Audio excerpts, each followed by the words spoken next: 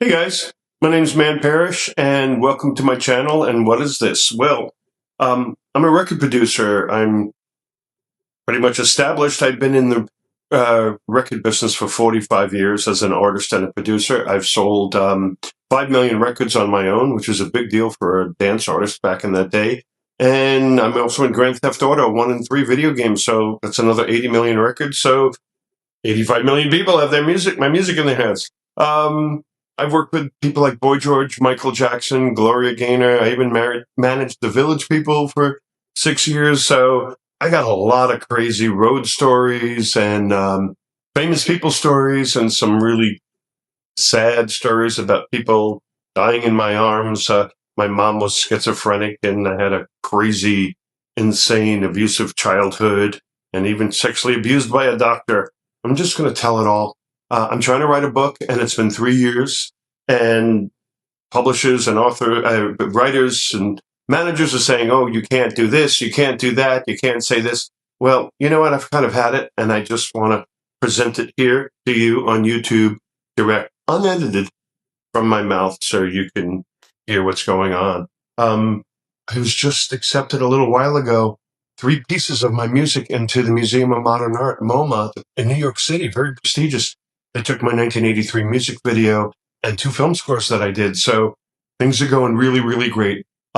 If you please would subscribe and hit that little bell icon, then when I post up new stuff, you're going to be the first people to see it. Well, this is a little journey and maybe a big journey. It's up to you guys. And please share it with your friends if you think this is cool. You know, say, hey, look what I saw today. Let them share it and ask them to share it. And I want to get my stories out there. I left home at 14 years old and lived in the street. I was homeless and poor. And I went from flying the Concorde to being broke and back and forth again. So this is my story. And I hope you like it. And thanks for stopping by. Subscribe, bell, please. Love you.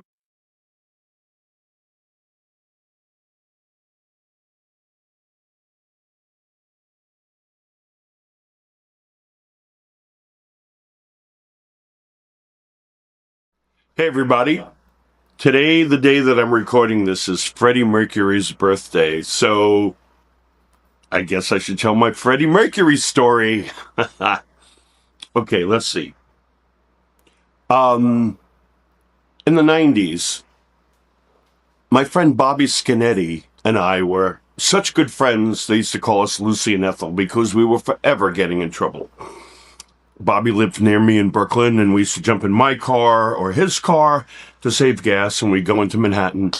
And we'd hang out at a couple of bars, and one of the bars we frequented was the Eagle and the Spike. The Spike was on the corner of 20th Street and the West Side Highway, and the Eagle was 1 block up. And the good thing about that is they had a lot of cross traffic. If you were in one bar and it wasn't happening, you'd go to the other bar and check out what's going on. Maybe somebody was hotter in this bar, or the hotties were over there. You know, it's that kind of a back and forth, the bar crawl kind of thing. So one day we went to the Spike, and I remember the Spike was right next to there was a women's prison right across the street, and of course this was all gay guys, and the women would scream, "Hey baby, I'm coming out in 3 weeks. I'll marry you, and you know I'll turn you out," and all that kind of stuff. But the deaf ears because the guys were gay. Anyway, so I remember hanging out in the bar, and it was just a typical, I don't remember if it was a weeknight or a weekend, but it was kind of busy. Actually, it was pretty busy, probably a weekend. And we're hanging around, nothing's going on. I said, Bobby, I'm going to walk over to the Eagle and see what's going on. So I left the Spike and went over to the Eagle. Bobby was there with at the Spike with 2 of his other friends, so I wasn't leaving him alone, and I was kind of bored. And I go over to the Eagle, and they had a really good little sound system and a live DJ, and I was sitting there listening to music, all that kind of stuff. Now, my record was out, but one thing about me is I didn't walk around with my chest out saying, "Hey, I'm Man Parrish, you know, I'm famous and you should kiss my ring." It wasn't like that kind of thing. I was just pretty low-key, average, normal dude kind of situation. So I walk into the Spike, And I'm standing there, and it was crowded. And I kind of, when somebody stares at you, you kind of feel that. And I look over, and there's a guy staring at me, and he's kind of a little weird looking, and he's got buck teeth. Well, it's Freddie Mercury. Well, I didn't know, because I wasn't a big Queen fan. I mean, my sister was really into Queen. I didn't know that, stupid me, I didn't know Freddie Mercury had buck teeth. So he's staring at me, and I'm like, whatever. I'm not here to get laid. See you later. I'm just chilling out, listening to some music and eye candy and, that kind of stuff. Besides, it's not happening. And then he's kind of getting a little closer. And it's like one of those things where you see the cartoons where you look, and then you look away, and then you look again, and you look away, and you look again, it's getting closer and closer. And I went, you know what? Excuse me, sir, excuse me. And I kind of moved to another place, and it's this whole dance going around. He's getting closer and closer, and, I'm out of places to go. And I kind of thought, let me go into the corner over here and just stand here because, my back's against the wall, and I could see what's going. It gets closer and closer. And then I thought, oh, good. Kind of lost him in the crowd. And I turn around, and he's right here. And he says, hey, hi, hello. And then I said, hello. He goes, what's your name? And I said, Tony. I don't want to give him my real name. And he goes, I'm Freddie. Now, I'm thinking, okay, you kind of look like Freddie Mercury, but you're probably some weird Freddie Mercury imposter that gets jobs as a celebrity lookalike, right? He's been known to frequent the gay bars in New York. And I'm looking at his teeth, and it's awful, but I'm thinking, nah, we're not doing the hookup, and you're not scraping my teeth. I mean, you're scraping my thing with your teeth. That's not gonna work. So he's trying to really hard, where do you live? And I went, Brooklyn, and then, trying to be polite, look the other way, come here often, kind of, yeah, blah, blah, blah. And then finally I just said, look, my friend's over in the other bar. I gotta go. So he says, let me give you my number. And I said, okay, it's that thing where you get the phone number and then you never call. So I'm standing there, and he goes off to the bar. They used to have these little business cards. I met you at the Eagle with a name and a telephone number so you could fill it out and hand it to somebody before the days of texting and all that kind of stuff. And he goes to the bar to write down my number, and I noticed like everybody is staring at me, and I thought, well, what? You know what I mean? Some dude's trying to pick me up, and I'm not interested. I'm not being a bitch, but I'm not interested. So he comes back, and he hands me the thing and holds my hand for a second, and, please give me a call. And I was like, oh, yeah, sure, I gotta run. Do you have a number? And actually, no, I don't. I'm living with friends. I don't have a telephone. We didn't have cell phones in those days. No, I don't. I walk out of the Eagle, and I go from 21st Street to 20th Street, and I take the piece of paper, and I throw it under the car. And I go into the Spike, and Bobby's there with his friends, and they're talking, and and I said, hey, Bobby, what's up? He goes, oh, did you hear? Okay, what's what? Freddie Mercury's over at the Eagle. And I went, what? And he goes, oh, yeah, and this guy's being a real bitch. She's being a real queen to him and giving him a hard time, and everybody's talking about it. I went, are you serious? He goes, no. I said, oh, my God, that was Freddie Mercury. He goes, what do you mean? I said, this guy tried to pick me up, but I had buck teeth. He goes, well, Freddie Mercury has buck teeth. I said, well, I didn't know that. I'm not a Queen fan. I don't know. I've seen pictures, but, in person in a dark bar. He says, what happened? I said, well, I kind of brushed him off, and he gave me his phone number. He goes, you got his phone number? I said, no, I actually took it, and I crumpled it up, and I threw it under a car. Well, my friend Bobby and his friend flew out of the Spike. And I'm like, where did they go? And I look out the door, and they're on their hands and knees looking under cars for Freddie Mercury's telephone number. They never found it, but somebody may have had Freddie Mercury's telephone number. So that was my little brush there with Freddie Mercury. No, I didn't sleep with him, but it was Freddie Mercury's birthday, and tried to pick me up, and there's my little Freddie Mercury story.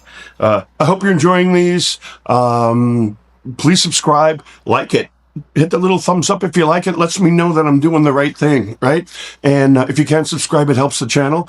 And if you like it, I know to do some more. Comments, I read through them. You can also get through me on my Facebook page, Man Parrish Artist, manparrish.com, iTunes, and 30 digital outlets. If you like my music, you can get everything there. I have 120 tracks. Thank you so much. Thank you. More to come. This is the beginning of season 3, episode 1. I just want to let you guys know everything isn't going to be as cheerful as this. I have a very heavy story about child molestation from a doctor at a hospital in New York. And I've got to tell it. So there's going to be some heavy stories, but I'm going to put a warning on the beginning of them. So if that sort of stuff upsets you, I'm just going to tell it like it is. I'm very upset and I'm having a hard time dealing with it. But if that upsets you, you'll have a warning. Anyway, enough. Thank you so much. Thank you. Thank you.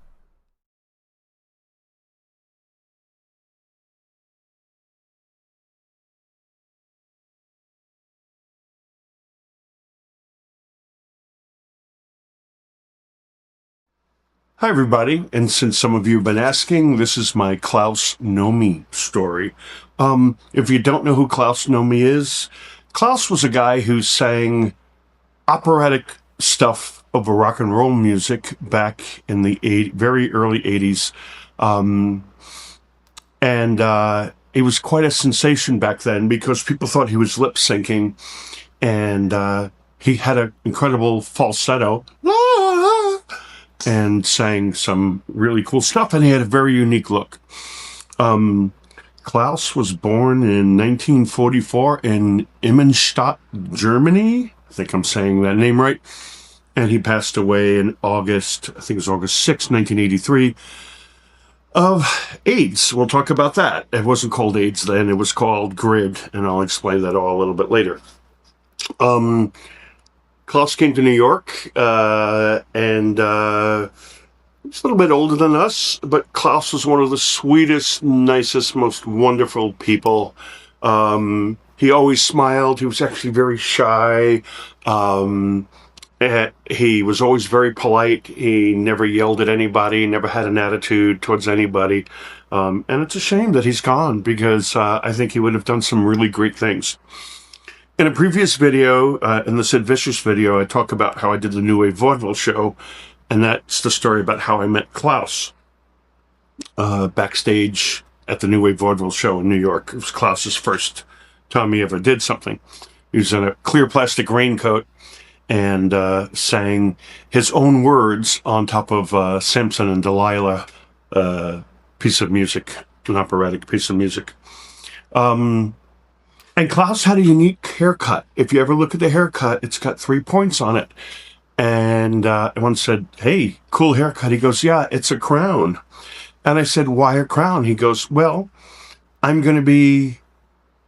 He says he was the child of... If he was the child, or fantasized he was the child of Maria Callas and Elvis Presley. Therefore, he had a little crown on his head that he wore all the time.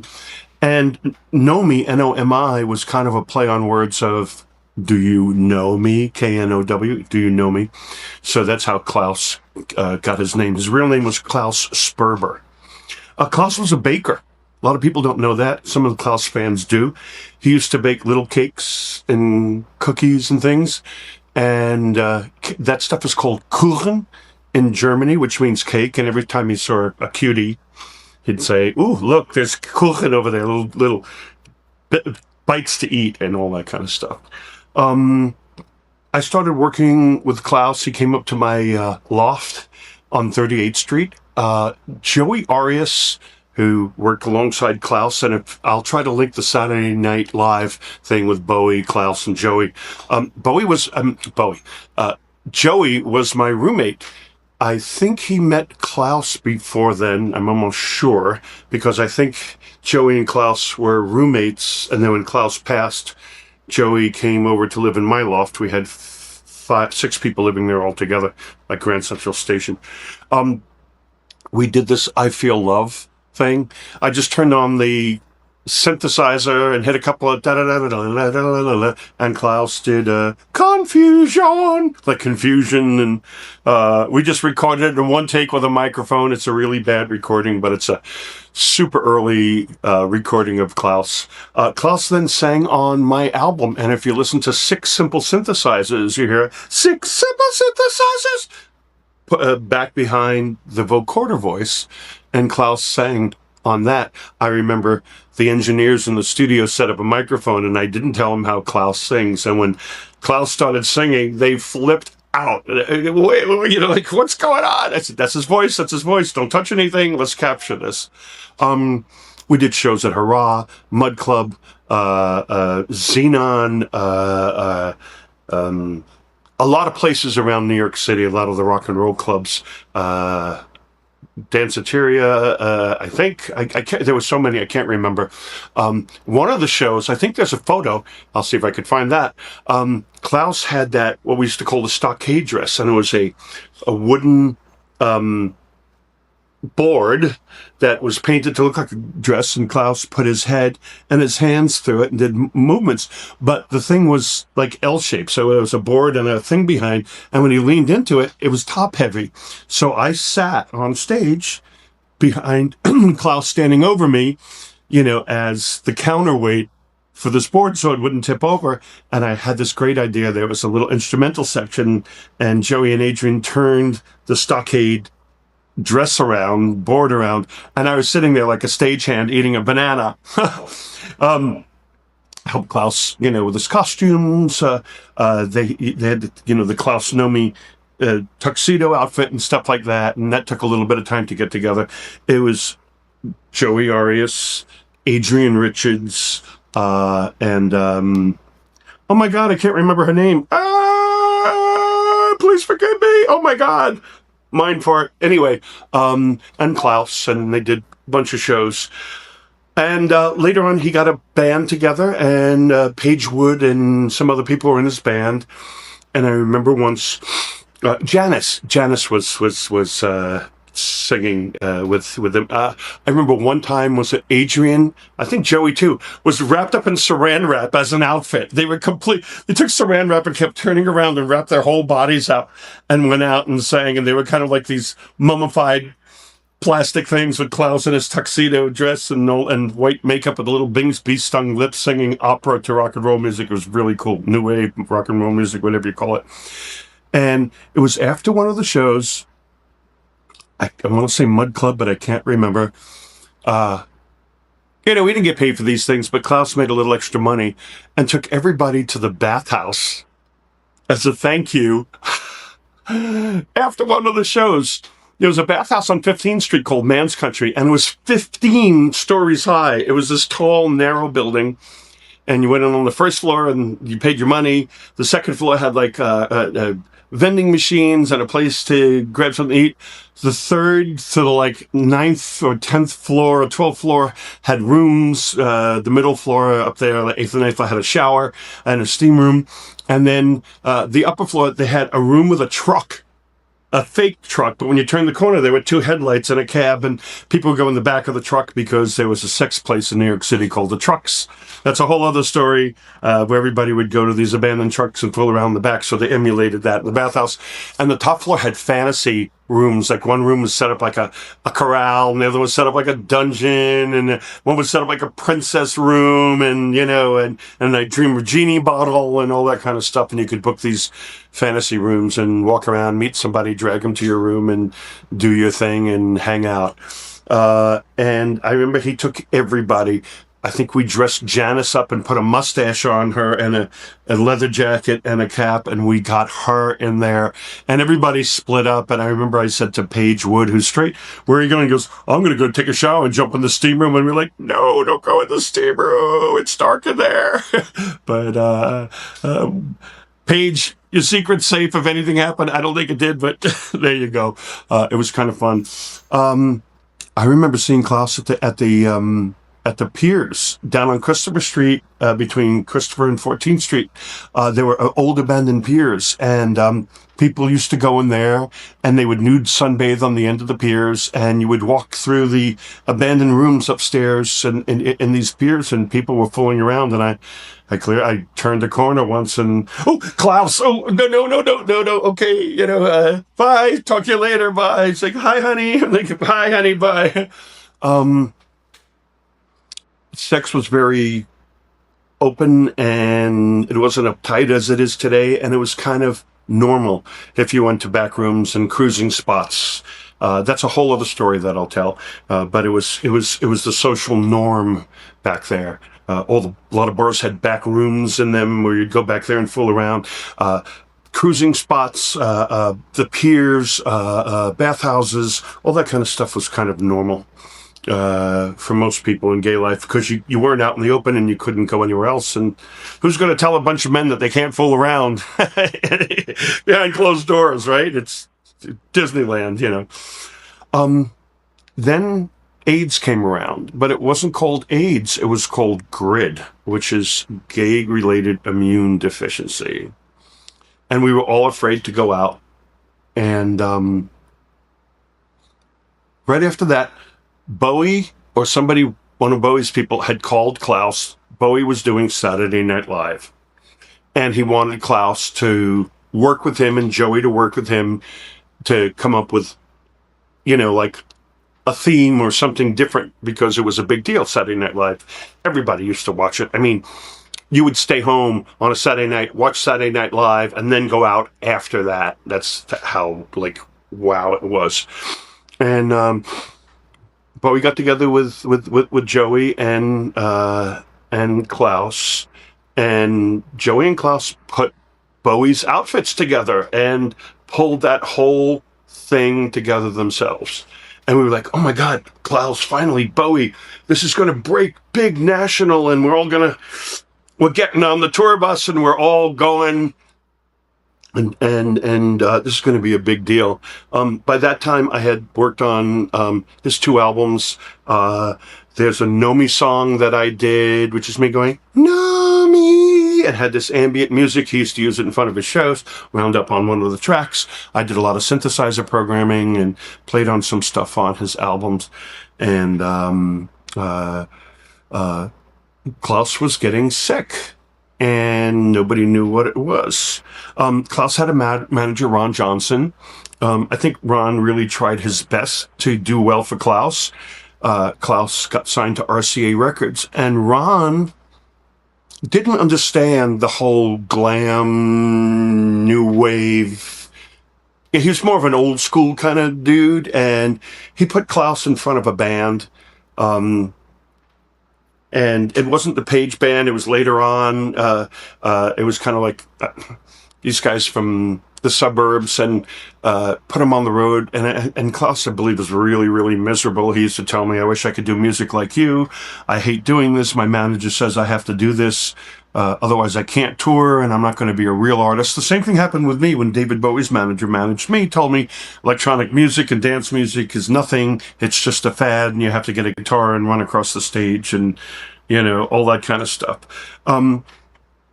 Klaus got sick, and I got a phone call. I don't remember if it was from Joey or Adrian, and we're going up to the hospital. And I don't remember if it was at Roosevelt Hospital or Sloan Kettering, but you should come up and visit Klaus. And we got to the floor, and we hit the nurse's station, and they said, this is an infectious diseases ward. And we had to put on paper masks, hospital gowns, rubber gloves, things on our hair. And we was told not to kiss or touch him because they don't know what's going on, right? And back then they didn't call it AIDS, they called it GRID, which is gay-related immune deficiency. This is like the very, very, very first 10, 20, 30 people in New York City to have this. And we got to Klaus's hospital door, room door. It was open a tiny bit, and on the door was, all these signs like, you must wear a gown, can't breathe, put on put on one of those masks, caution this, do not touch the patient, blah, blah, blah, blah, blah. And we opened the door, and Klaus was sitting up on the bed, and he had Kaposi sarcoma, which are these, back then when you got sick, you had no immune system. They treated people with penicillin. They didn't know what to treat people. I mean, it's just, I think, before interferon, which really didn't do anything anyway, but they treated people with penicillin. All they know is their immune systems were collapsing. And because they had no immune system, that simple bacteria in the air that you and I breathe, that our bodies fight off, they couldn't. And they had these huge purple welts all over their body, which were called Kaposi sarcoma. And I walked in the room, and I'm sure I looked a little shocked, and Klaus was like, oh, you shouldn't be here. I don't want to get everybody sick. And we sat on the bed, and I wasn't afraid. I held Klaus's hand. I mean, we had rubber gloves on, but I held Klaus's hand, and, oh, you shouldn't touch me, and, oh, I hate the way I look, and I don't want you to see me like this. And we were like, no, darling, we're here for you. And whatever this is, hopefully we can be here for you, and, it'll be okay. It wasn't okay. A lot of people really suffered. In those days, the virus was incredibly strong, much stronger than it is now, and it killed you in a couple of months. I had a doctor, and I asked him about, HIV, and he said, well, if a virus kills everything in its path, it eventually kills itself. And now it's mutated where it doesn't kill the host. It just lives off of the host's body, off of your nutrition and all that kind of stuff. And the medicines they have now suppress it so deeply that people are undetectable, but not back in those days. And that was a big thing in the community too, because we started losing friends. People just started dying left and right. Nobody knew what it was from, and then you had GRID. And then GRID later on changed to AIDS, acquired immune deficiency, because they took the word gay out of it. Because, intravenous drug users were using it, and people with collapsed immune systems were getting it. It was sexually transmitted, but we didn't know. We were afraid to touch doorknobs. Nobody went to bars because if you drank from a glass, was it on the rim of the glass? If you pushed the door open to the bar or the bathroom, was it on your hands? Were you going to get this? It was a very frightening, scary thing. And then, if you got sick and you got a flu, the early symptoms were like you had the flu. So, am I coming down with this for something I did 10 years ago? They didn't even know what the gestation period was. So, Klaus passed away, and it was very sad. I remember seeing, I think it was Joey. And either Klaus had a walker or was in a wheelchair, and they took him out for some air. I don't know if it was him or a nurse. Up 8th Street. Klaus lived on 8th Street, St. Mark's, between Avenue A and First Avenue. Wherever the Kiev Cafe was, he was 2 or 3 doors down from there. Had a great little apartment. I remember Klaus's apartment. In the bedroom, he had, instead of a bed, they had gym mats, the kind of wrestling mats, and it was set out across the whole floor. So like a Japanese thing, the whole entire floor was like the bed, and Klaus had invited me over a few times, why don't you come over or, hang out all night? And I was like, I love you, Klaus, but let's keep it professional. It was really sweet and nice of him. He'd make cookies for us and all that kind of stuff. But it's sad. Klaus was one of the first people to die of this disease that couldn't do anything about it. And musically, he was unhappy, I think, because he was in a rock band and he didn't want to do a rock and roll band. The newest thing at that time was new wave, and he threw Bauhaus and cubism into it with his black and white and his angular, things and stuff like that. So sweet, sweet, sweet, wonderful guy. Great to hang around with. No attitude. Just wanted to show his talent to the world, and he, like many other people that we lost, didn't get a chance. Well, wow, miss him a lot. I wound up doing the Klaus Nomi movie, the Nomi song, and the producers asked me would I remix one of his tracks, which I did. And if you look on iTunes, Man Parrish, Klaus Nomi, there's a album cover that I did. And it's half my face and half Klaus's face. because I kind of wanted to blend us together, because I wanted to give him an electronic dance music track that he's always wanted. So that was, in a way, my gift to Klaus up there to do Total Eclipse for the movie, and they released it. So, sorely missed.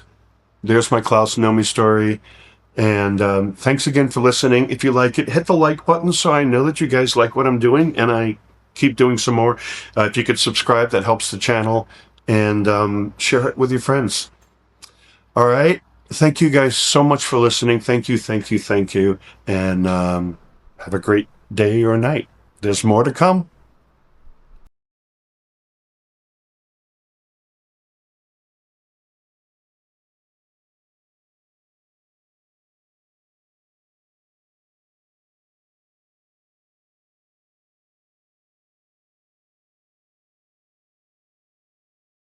Hey, everybody. Thanks for watching.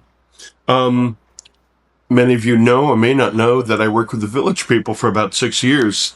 I traveled the world with them, and I was a road manager and helped put together their live show. I redid a lot of their music, brought it up to date, and out on the road manager duties, getting people checked in and out of hotels.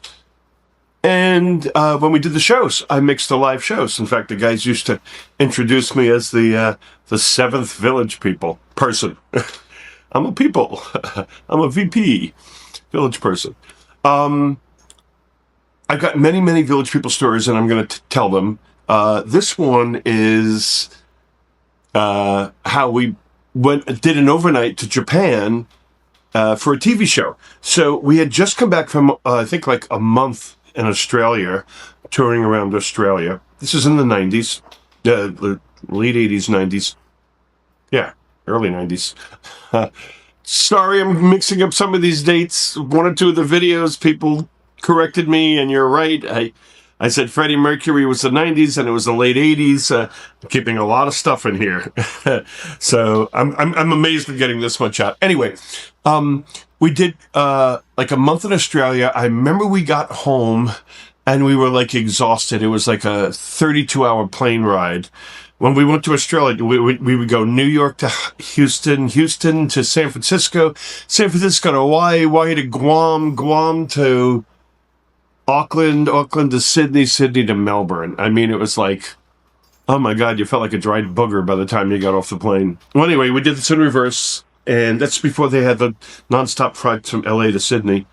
And we get back in New York, and it was the next day, the phone rang and said, get the guys all together. You're going to Japan. And I was like, great. When? They're like, I think it was like tonight or tomorrow, kind of thing. And I was like, oh my God. Really? Yes. We booked on Northwest Airlines. It was like a last minute thing. They got us the last couple of seats on the flight. We were sitting in coach. I'm 6'4". I was in the back row, so my seat didn't recline, and the seats were very narrow. And this person in front of me put their seat back, and literally the seat back was like right here, right? So I remember standing most of the flight. I had to sit down during turbulence, take off and landing, but I mean, I was in a box. Anyway, we get to Tokyo, and one of the members, I remember going through customs, had a little Altoids case, and they kept their weed in there, but there was no weed in it. And I remember the official opened up the case, and right in the corner there was a piece. You could barely see my fingers, that big. He pulls it out with the tweezers. He says, we're going to inspect this, and if this is marijuana, you're going to jail. And I remember we were freaking out, like, oh my God. Anyway, it either was, and there was no THC or CBD for them to test it because it was so old, but I'll never forget that one. There was another customs incident for another story that I'll tell in another country. So it was for a TV show, which is like the American TV show, What's My Line? You basically get on the TV show and, I'm so-and-so, and I'm so-and-so, and I'm so-and-so, and you have to guess the careers of these people out of their costumes. So the Village people were going to go on out of costume, who they were. And they also they filmed 2 episodes in the same time, and they had Tabitha from Bewitched on there with us. I'll never forget it. So they picked us up at the airport, and they picked up these 2 girls. And I thought, well, Tabitha was one person. Well, back then, and I'm still sure today, kids weren't allowed to be in front of the hot movie lights. Now lights are LED and they're soft and cool. But in those days, they had those 1,000-watt lights, and children weren't allowed to work for more than, I don't know what it is. You could Google it, probably a half hour or an hour before they had to get swapped out. And the 2 girls that played Tabitha were Erin Murphy and Diane Murphy, and they were fraternal twins. So they looked similar, and they would swap them out, during filming. And that was the what's my line, like, who are you, I remember Erin was beautiful with big hair and big tits and makeup, and she was like, bye, let's party.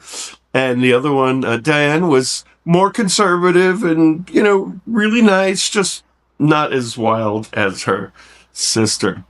So we did the TV show, and then after the TV show, the Japanese were going to take us out for a dinner. They were going to take us to a very traditional Japanese restaurant. And I remember Tokyo was amazing. We stayed not directly in, or near Shinjuku, which is kind of their business district, as I remember. And there were like miles of underground passageways that had stores in them. And out on the streets, there were vending machines everywhere where you could buy anything. I mean, you could buy a live turtle or goldfish or hot food out of vending machines. And I remember there were so many stores on the first floor that the second floor started taking up space, and the McDonald's was on the 3rd floor because there were no first floor spaces available.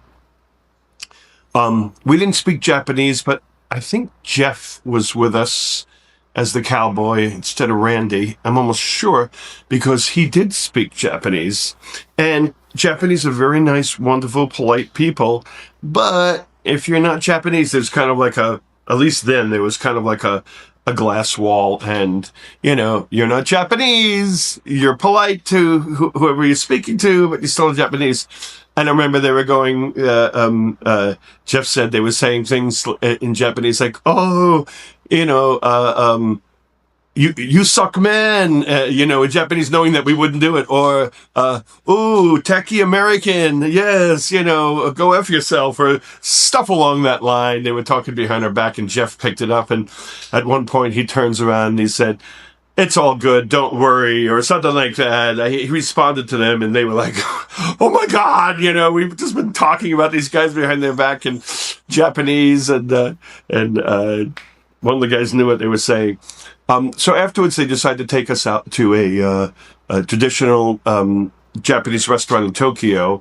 And this is one of these places that has the Japanese roof and all wood. And when you went in, you took your shoes off, and on the side wall, there was a cubbyhole box, and you put your shoes, and then you go into the main room, and it was all wood and paper drawings and stuff like that. Really amazing. And we sat on the floor to a very low table, and we had, tea was served. The woman was a geisha, and they said, we're going to give you sake. Sake in Japan, there's a certain sake, I think it's a certain sake, was not sacred, but, you don't mess around with sake. And I remember Erin going, yeah, man, give me some beer. And she dropped the sake let's do beer bombs. And she's drinking it up. And some of the guys are drinking it up. And I'm going, wow, this is like getting unhinged really quickly. And I remember she got really, really, really, really drunk, went to the bathroom. And in the bathroom, instead of a toilet, they had the hole. It was really traditional, the hole in the floor where you kind of squat down and position yourself. And she stuck it up to the bathroom, and our Japanese people who talked nasty about us were, really losing face and all that kind of stuff. And I remember she came out and she was like, what kind of freaking place is this? There's a hole or in the toilet. to take a leak, and her panties were on, but her pants were half up, and she was pulling them up and staggering, and we went over and pulled up her pants and stuff like that. And needless to say, our Japanese hosts were mortified. We did the TV show. I've never seen it, how it went. Maybe there's something to be Googled or YouTubed or something like that. I wasn't on the TV. I was right off the camera. We did a couple of TV shows. I remember there was a TV show we did in Europe, and the guys were sitting on the couch and being interviewed by this, by this, interviewer. And he was obviously very gay. And he was like, well, the village people. And the guys really went off on him, and they would go, big queen, big queen. And they would cough, big queen. Starting my dog off. He's a big queen too, buddy. Anyway, so that became like a joke every time we passed somebody in the airport, or somebody was talking to us that was really over the top. We go, big queen. Anyway, buddy. That's my dog chiming in. Yes, I know, buddy. I got two dogs.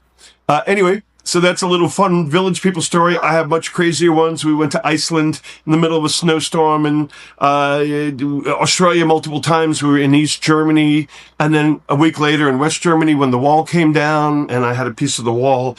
That was cool. We traveled all around the world. It was really an amazing experience. I know people think Village People and roll their eyes, and so did I, and I'll tell that story, but it was a great way for me to see the world. I got to see the world for free, right?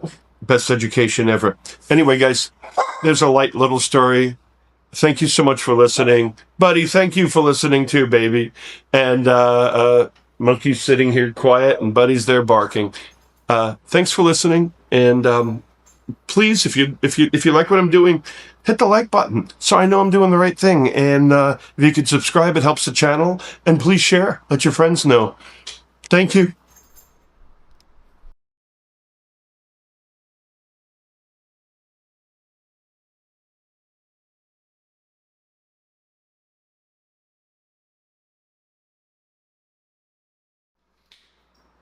Hello, everybody. The $90 million question.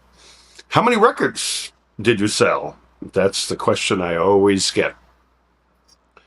And I'm going to answer with, that depends. So, what are record sales? They're defined as units of something. CDs, DVDs, videotapes, movies, video games, vinyl, MP3s now in our day. Back in my day, it was CDs and cassette tapes and vinyl.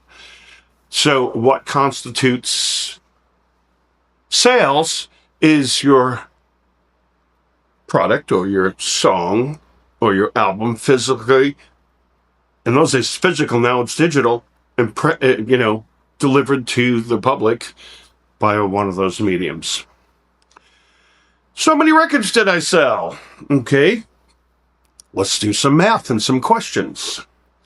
I had a bad record deal, and we will go through a whole other video about that.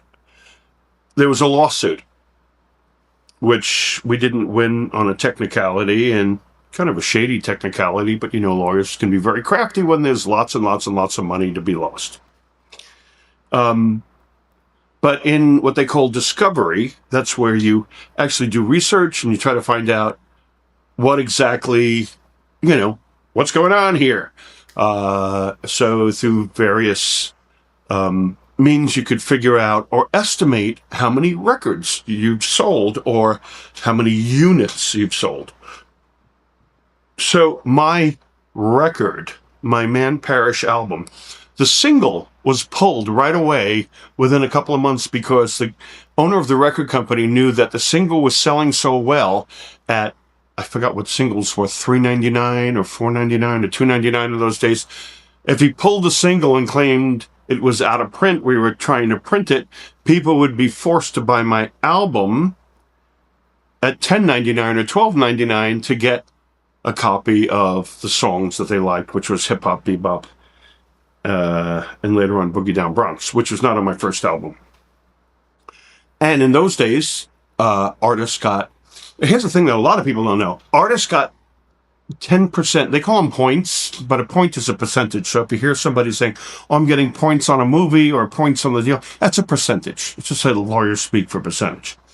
So artists got between 7 and 10% or points off of their record deal. So that means for every dollar, every $10 of those groups that you see out there, a record was sold, they only got $1.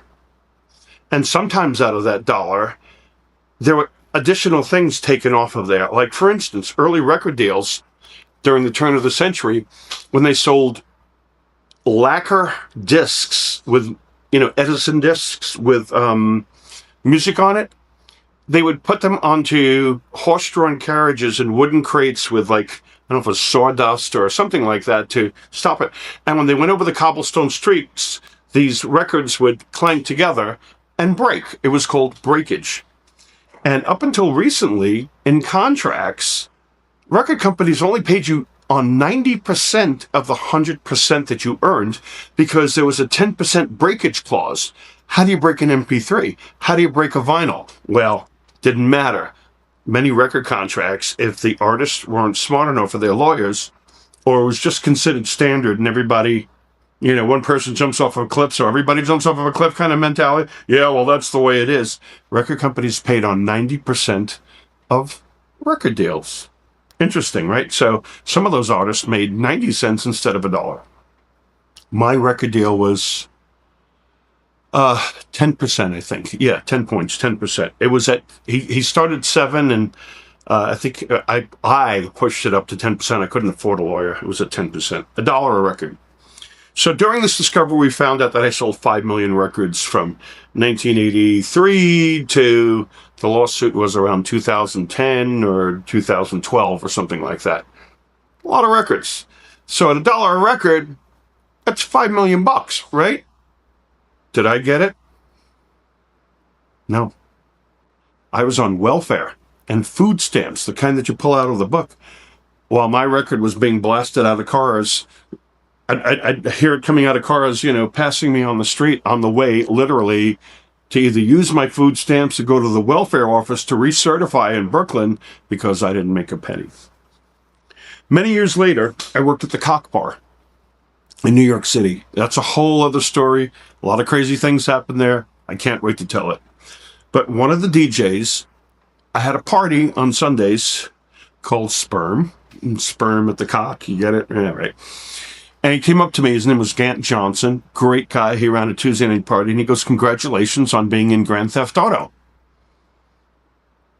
What do you mean, Grand Theft Auto? He goes, dude, I got a PlayStation. I bought Grand Theft Auto. Everybody's buying it for the music. I said, yeah, I heard about that. He goes, your music's in it. I said, what music? He goes, hip-hop, bebop. I'm like, are you kidding me? He goes, no.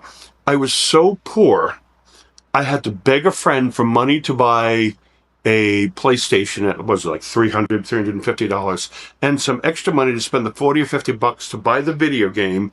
I put it in, I'm playing the video game. When you get in the car and you turn on the radio, you turn on one of the stations, Hip Hop Bebop comes up.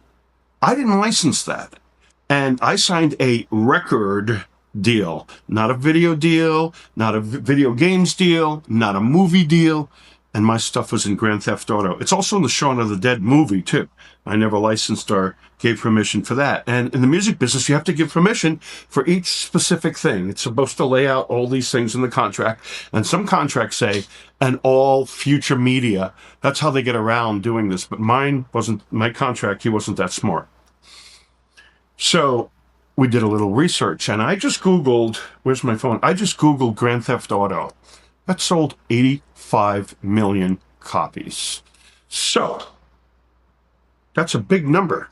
That's Michael Jackson, Madonna, U2, Rolling Stones kind of sales. So, did I sell those records? Well, not directly, but if you're going by units, which have your music on it, there are 85 million copies of my music through Grand Theft Auto on a disc that people individually have in their hands. It's not a disc, it's a lens cover, but you get the idea. There's 85 million of these, plus 5 million of my records out there. What did I make on that? That's a zero. How did I make zero? Well, my record company never paid me. I walked away from my deal. It's another story I want to tell, but they illegally sold my stuff to another label up in Canada that took my stuff and licensed it everywhere. And when we went to sue them, they spent about $60,000 estimated, on lawyers' fees. And I said to my lawyer, why are they spending this much money on something that probably only sells a couple of thousand copies a year? He goes, obviously it doesn't sell a couple of thousand copies a year because they're spending this kind of money behind it to protect the income that they're generating off of this. So that's what led us to the discovery to figure out that question. The lawyer went, you know what? Let's dig deeper. And these are some of the numbers that we figured out. Did I sue? Yes, that's a whole other story. For a long time, I didn't have money to sue. I met a great company that they do it on, it's sort of like those lawyer things, the car crash lawyers, but they were not car crash lawyers. They're a really good company called Artist Rights. But they're kind of like one of those companies, we don't get paid until you get paid kind of thing. And we had a good case there. If they knew they put me in court, they couldn't win. So they kept me out on a technicality that the lawyer who signed an affidavit against something should really be disbarred. And I'll tell that directly in another video. So there's 85 Grand Theft Autos. There's 5 million of my records in the last 30, 40 years. I'm in the Shaun of the Dead movie. How many copies did they sell on DVD or videotape? I'm in a TV show, and you guys will remember it. It's a new one on FX, I think, and they use my music in that.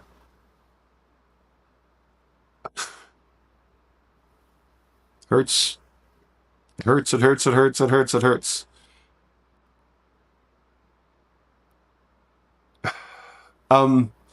So, how many records did I sell? 90 million, 5 million, or if I never got paid, did I sell nothing? But a lot of people making money off of my stuff, not me. Not fair. We're going to talk about that in another video. If you like these videos, do a thumbs up. Please share. I want to get this out there. You know anybody at HBO, Netflix? Tell them to take a look. I got a great idea for a series. I want to turn this into a series. But you guys are hearing it first. If you notice there are no edits, no cuts, I don't care if my hair's messed up or if I don't look pretty today or another day. If I make a blooper, I'm keeping these live and direct in one cut to you guys. Thank you for listening. Thank you so much. Subscribe to the channel. It helps. And let people know that you're enjoying this. Thank you so much. Really. Thanks.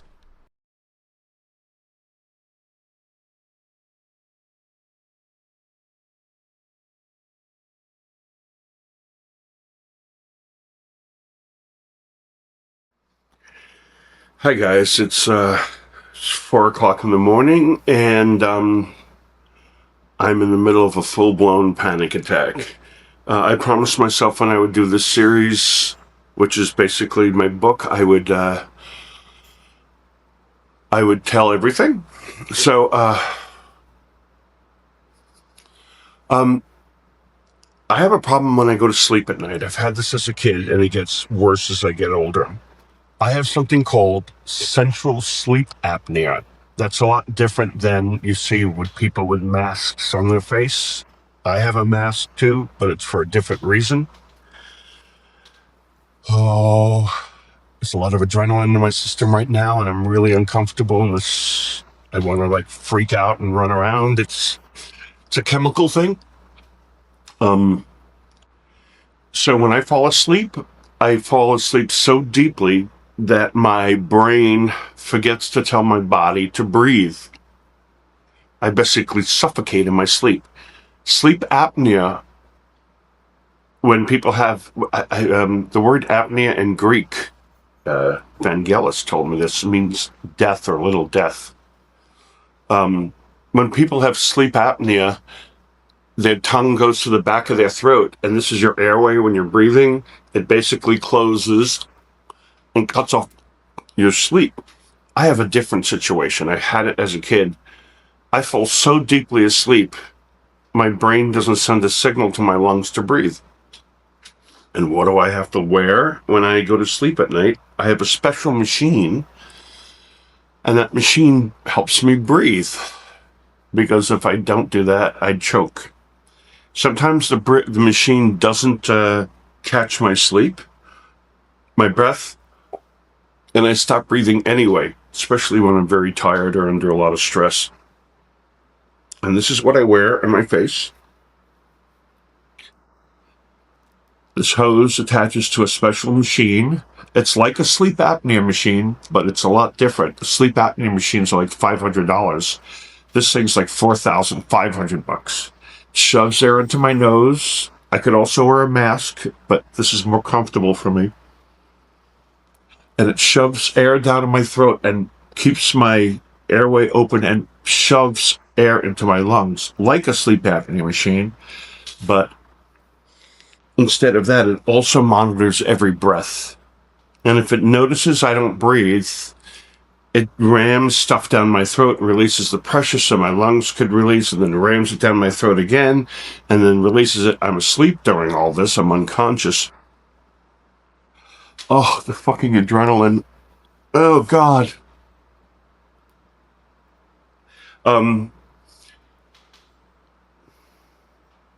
thought I would be very real and just tell you this stuff as it's happening. And when my air supply gets shut off, your body releases adrenaline and says, wake up, you're choking. My sleep doctor told me, and yes, I have something called the sleep doctor. He monitors this thing. He told me this is like what the feeling you get like when you're waterboarded. You're basically cut off from your air. You're suffocating and drowning. Now, I'm asleep and I don't know this is happening until the point where my body just squeezes all this adrenaline into me and says, wake up. And then the fight or flight syndrome kicks in and you're like, oh my God, I gotta run. Gotta get out of here. I gotta, it makes me feel like I want to run out the house and run around the block or something, because all this adrenaline is in my body, and fear kicks in because you've just been suffocated. Picture somebody holding your head underwater until the point where it's no longer you breathing, and that's when I stop breathing. And depending on how long that is, I could stop breathing for up to a couple of minutes. I remember when I had a sleep apnea test, they literally told me that I stopped breathing something like 150 times or 200 times a minute, or something like that, something like really insane. He showed me the chart where the needle, is moving, and it's like a solid black thing. So I'm just being very real right now. I'm telling you as it's happening. I'd wake up in the middle of the nights as a kid, 5, 6 years old, and I would go screaming into my parents' bedroom because I stopped breathing, and I would have these adrenaline things surge through my body. And for years and years and years and years and years, I suffered with this. It took mental health things. Because I was sleeping in 20-minute cycles and in hour cycles. It got so bad that I was having panic attacks all throughout the day because my nervous system was shot, and I didn't understand why. Well, I had no sleep. I had no deep REM sleep, and it took effect on my nervous system. Anyway, it's a very uncomfortable situation. It's a brain disorder, and there's nothing they can do about it but give me a machine. And I got a bad case of central apnea. All right, I gotta go run around. I know it sounds crazy, but I gotta get the adrenaline out of my system. I'm shaking, and I'm really uncomfortable, and I'm frightened. But I've been going through this for 60 years. You think after a while you'd be like, all right, I get used to it, but Anyway, we'll talk some more about all this kind of stuff later. Thank you guys for watching. I'm just being very real and posting stuff as it happens. Thanks.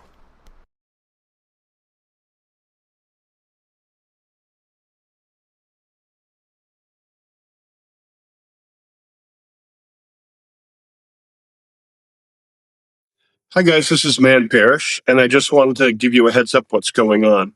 I know a lot of people have always told me I should take my stories that I tell, the ones that I post online, and everybody says, "Oh, these are great, you should do a book." Well, I tried doing a book. It's been 3 years of trying to put this together, and I've had 3 different writers, an agent, stuff went to publishers. Oh, your story's great. It's not what we want right now. The typical BS, right? So, what I've decided to do is I'm going to tell my stories to you on camera through YouTube. I'm starting my own YouTube channel specifically for these stories, which is different than my regular YouTube channel, which has nothing on it. So, if you go there, there's nothing there. But this is going to be Man Parrish Stories channel.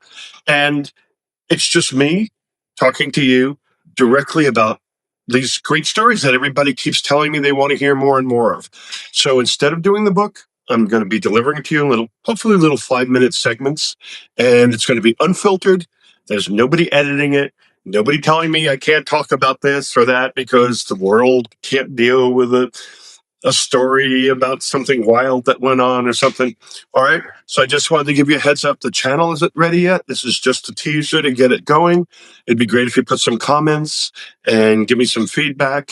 But hope I look pretty. And see you guys soon.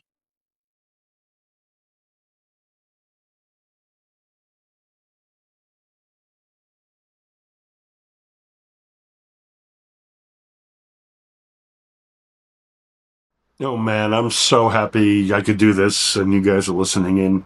I hope you're having fun. I'm having a blast and I'm so glad we can do this. I'm so glad we had this time together. Anyway, I was not the greatest kid in school. I was very smart.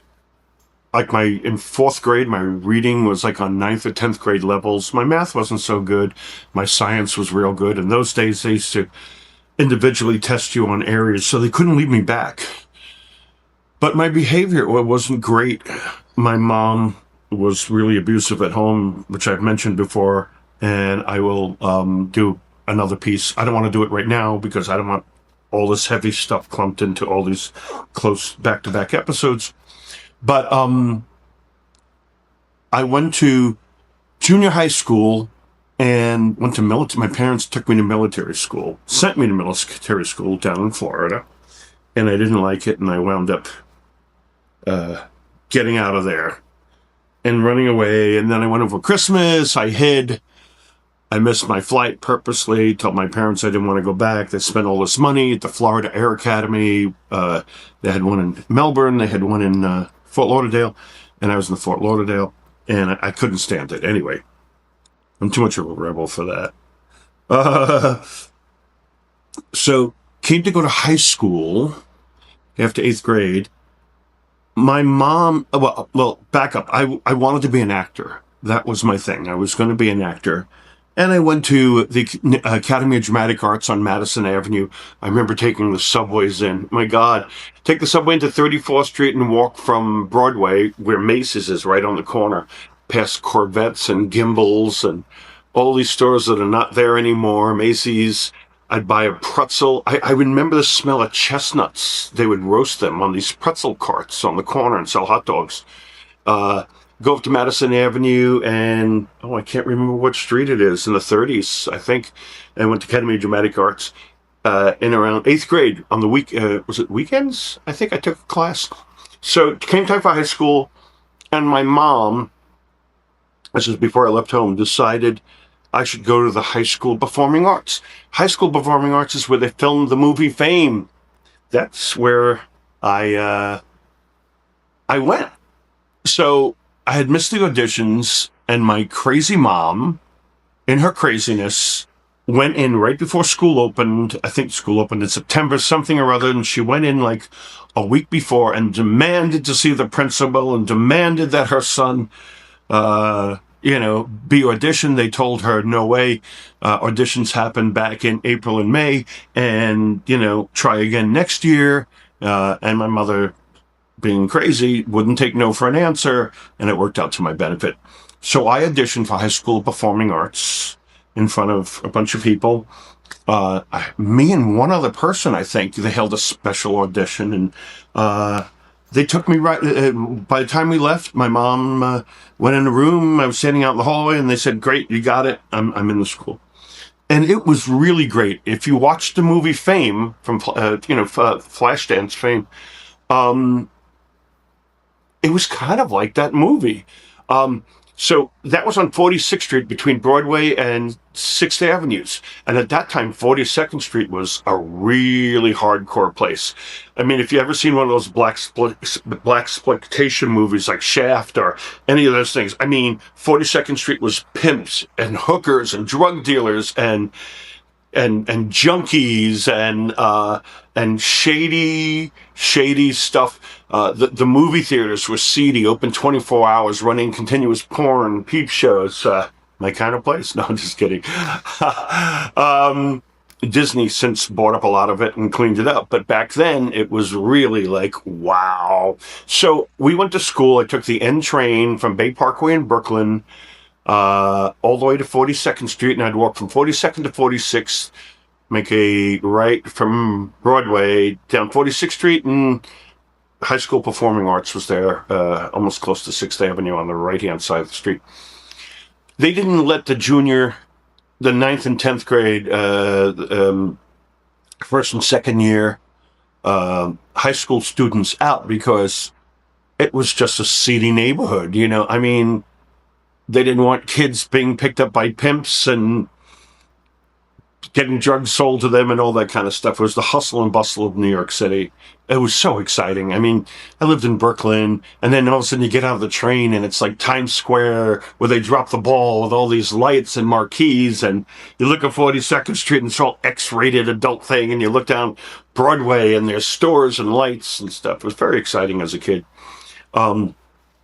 So I went to class in 9th grade, and they wouldn't let us out for lunch. So the kids in the school were very smart. There was acting, which I took. There was music, and there was dance. And somebody joked there were so many gay guys in that school because they were in the theater, especially the ballerinas, the guys. They called it an all-girls school. But it wasn't an all-girls school. Obviously, there were straight guys there, too. But at lunchtime, when you first walked in, there was sort of like a gym on the first floor, like a gym area, a holding area, whatever you'd call it. And at lunchtime, they'd set up tables. And I remember Sadie, the lunch lady, she was there to supervise this crazy bunch of kids.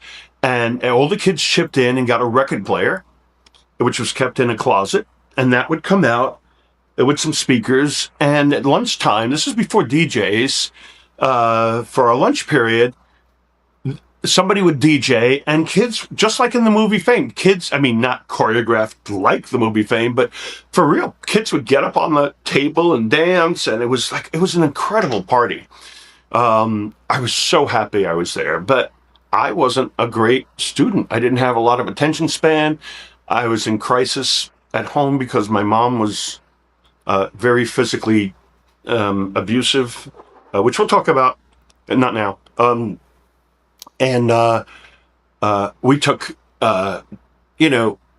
typing classes and math and science and all those kind of classes, but there was theater classes, and each music, dance, and acting had to take one of the other classes so you were well-rounded. So as actors, we had to take some sort of a music course, which I knew nothing about. I still can't read or write music. That's a whole other story. But and we had to take ballet, and I still remember my first, second, third, fourth, fifth foot positions and all that kind of changement and demi-pliés. We had to learn this stuff because if you were an actor, you had to be well-rounded in the arts. And I remember we took voice and diction lessons. And Mrs. Shine, she had her hair pulled back, very, a beak on her and hair pulled back and very serious. And she would say, she zoned in on me. Because I used to, talk like this, because I was from, Brooklyn, And, she, really straightened me out. In fact, people tell me sometimes when I talk to my friends from Brooklyn, I often slip back into this accent. So she would say, superintendent. And I'd say, superintendent. And she'd say, no, superintendent. I go, superintendent. It was kind of like that thing in My Fair Lady where, what's his name? Rex Harrison is telling her to, sing, in proper English, and she's singing back and, not getting it right. Well, Mrs. Shine really took it on me and got a lot of the Brooklyn out of me. Not that there's anything wrong with that, but really changed the way I spoke. The other person in the school was Freddie Prinze. Now, he wasn't famous then, obviously. He was in high school. I was in ninth grade, and he was in 11th. He was in the third year, or fourth year, 12th. I remember being in typing class, and Freddie would get a hall pass to go to the bathroom and open up the door and scream these one-liner jokes into the classroom, crack the place up, slam the door, and take off. And that was his thing. He would just blurt out these little things at inappropriate times and cut out. And after a while, they got after him. But me, the wise guy, I thought, I'm going to do the same thing. And people told me good jokes, and I would get excused to go to the bathroom. And I tried the same kind of shenanigans. I'd open a door and, tell a big tits joke or a fart joke or something and slam. People were like, what? And then slam the door and take off with the teacher screaming, cut down the hallway, go back into my classroom. They caught up with us. They caught up with me, and they caught up with Freddie Prinze. So one day, I'm in class, and somebody comes in, class stops, teacher looks at a piece of paper and says, Mr. Parrish over there, wise guy. And I'm like, who, me? Yeah, come here to the principal's office. And I thought, oh, God, what did I do? Stupidly not realizing that this is what it was. Principal wants to see you. Okay. Now, I get to the principal's office. Everybody was afraid of this principal. She was a big bull dyke. I mean, tough. Those friggin' nails, knock you out kind of mofo, from the New York City streets. And she had talk like this, you know what I mean? And I go to the principal's office, and it was an office, and within that office, there was a little cubicle, and it was half metal and half glass, a separator with a door on it, and a couple of chairs sitting right outside the door. And you sit over there, and I'm sitting here looking at the principal's office, and I hear her screaming at somebody, and you're wasting time, and you're no good, and you're never going to be anything, and wow, wow, wow. And I thought, wow, this person's really in trouble. And get out, opens the door, and it's Freddie Prinze. I mean, I didn't know him as Freddie Prinze, the actor on Chico and the Man, that TV show in the 70s. Plus, he did a lot of, he was on a bunch of Dean Martin comedy roasts, and I think he had his own show. I can't remember. And then he wound up taking his own life, which is sad, very sad. And his son continued in acting later on. But he came out of the office and stormed out and slammed the door, and I guess he was out of school. Doors open. She goes and sits down. She looks at him and goes, "You, get in here." And I thought, oh my God, I'm going to get it handed to me. I thought, you know what? I'm going to be a gentleman. I'm going to be nice. I'm not going to, take it easy. And she looks at me. She goes, "You ain't going to be shit. You're wasting time in my school. You're a nothing. You know how many people audition to get into this school? And, this is a privilege. And being here, you're lucky you're even here. And I don't want you in my school anymore. You're a piece of shit." She actually said that to me. "And I'm done with you. You're a waste of, space," or something like that. A waste of and I really just, honey, I just started losing it. And she just got in my face and, you're nothing. You're a piece of crap. My mother would do the same thing to me, and I lost it. I saw red. And she said, "And what do you have to say for yourself?" And I looked at her and I said, "You big fat fucking lesbian. I said, everybody knows you're eating Mrs. Shine's pussy up on the 4th floor. Go fuck yourself. I'm done with you and this whole fucking school. And she, I'm gonna kill you. I said, fuck you. And she's screaming at me, get out of my school. I said, pussy eater, bitch, fucking pussy eater. And she's screaming at me, and I walk out of the office, and the whole office is like, oh, you finally told her, and someone told her off. You know what I mean?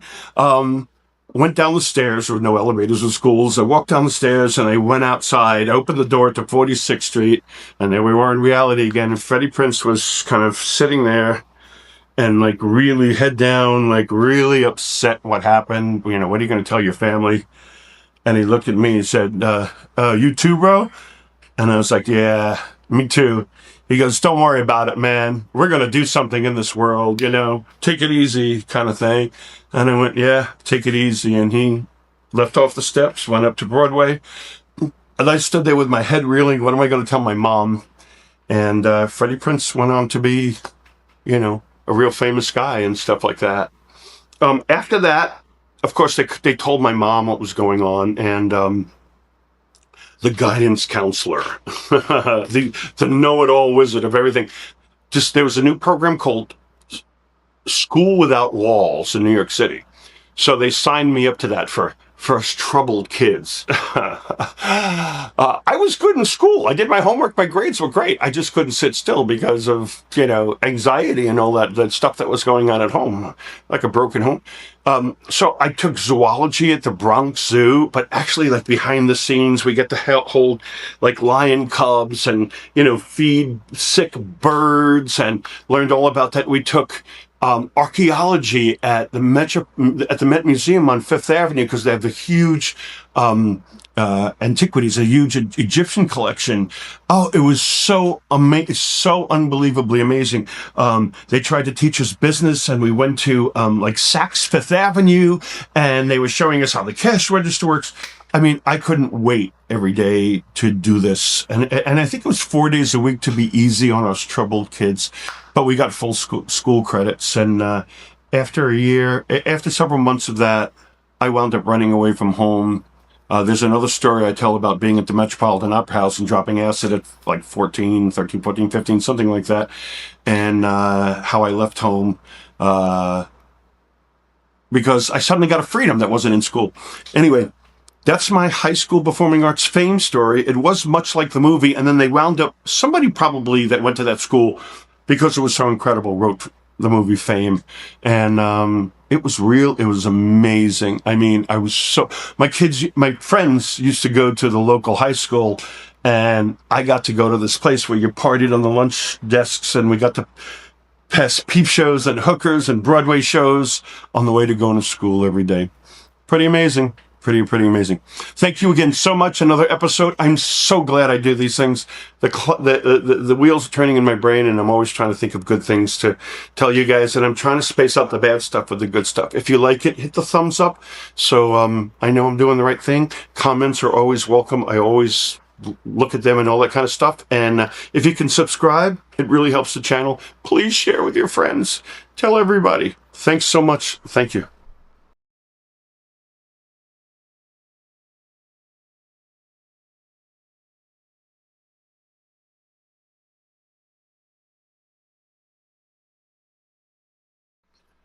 Hi guys, I'm taking a little side trip today from my normal videos because the last couple of videos that I put up, one was about sexual abuse and the other one was about my sleep apnea and having panic attacks, generated a landslide of private messages, especially the panic attacks.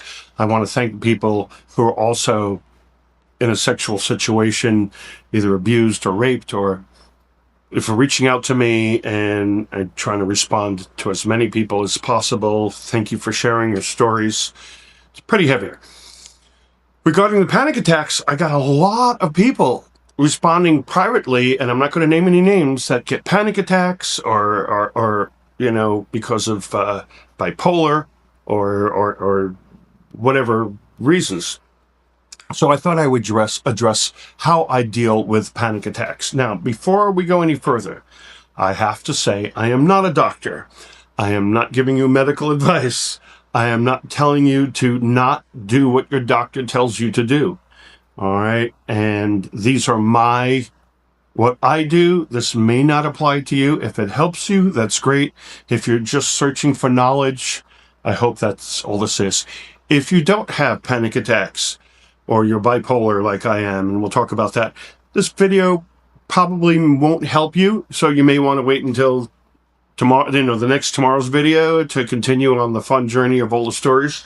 But maybe you know somebody and maybe this can help them. All right, let's talk about panic attacks. First of all, I had severe panic attacks. I went through a lot of childhood abuse. My mother was physically abusive, did a lot of crazy things to me. Nuts, right? So I started having panic attacks.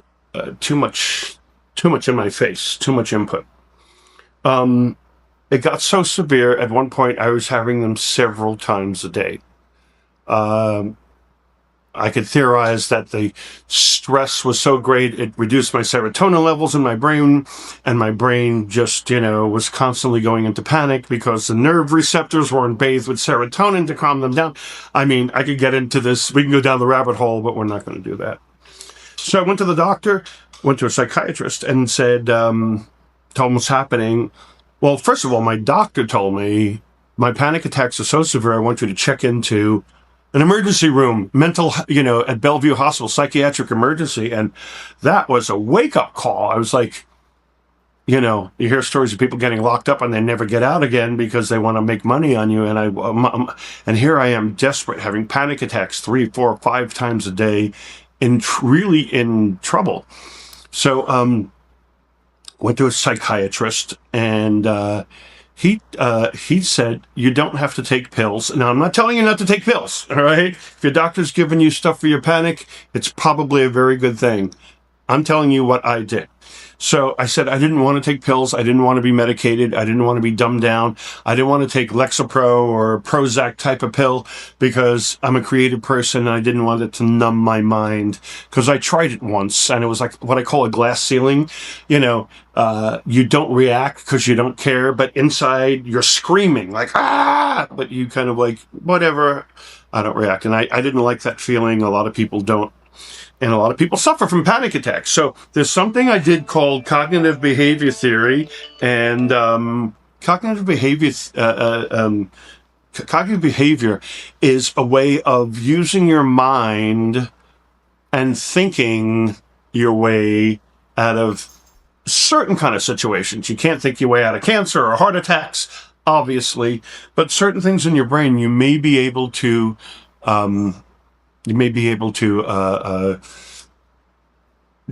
deal with by thinking differently.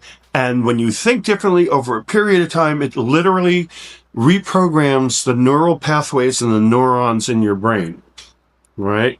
Now, I believe things like Prozac and Lexapro, these sort of mind things are great personally as a patch. If you need it for 1 or 3 months, that's great. You're going through death or crisis or something, that may be something that you absolutely need because your chemicals are off balance. And until you get back up on your feet again, you wean off of it. I think keeping people on it for years and years, unless you have a real serious chemical imbalance in your brain, and this is the only way to fix it, is kind of a shame, and there are many people that are over-medicated. I'm not suggesting you are. That's between you and your doctor. I want to make these things clear, all right?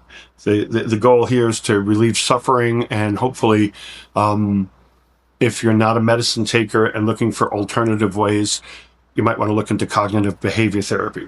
So, what did I learn? I learned, for me, disclaimer, when I have a panic attack, it's a little spark, right? Like a lightning strike, a spark. It takes a second and then it's over. Now, what happens after that panic attack is what I used to think was the panic attack, but in fact was the reaction to the panic attack. Let me explain it this way. You ever cross the street and almost get hit by a car? You're in a car or something, and you almost get into an accident. The accident, that second happens for a second, but then for a couple of minutes later, you're just shaking. That's what happens with a panic attack if you sit down and analyze it. There's that spark of panic, and then you freak out afterwards. And if that's the case, then my panic attack is not lasting a half hour, because I would be, uncomfortable for a half hour, 45 minutes, sometimes an hour. Well, I had a really great therapist and research on the internet. What happens after that spark, whether you've almost got hit by a car and you're shaking, or in a panic attack, your body releases all this adrenaline into your system. I mean, bam! And that's what makes you shake, and that's what makes you want to run. It's the fight or flight syndrome. Get out of the way. There's a tiger coming to attack you. You're in the pathway of a raging, elephant. You know what I mean? Run. You're in danger. So once you realize that the panic is a spark and all that afterwards for a half hour or more is adrenaline, there's a few things you can do about it. Because when you have a panic attack, you feel like you're helpless. Your brain just froze up on you, and you're like a victim of this out of control car crash.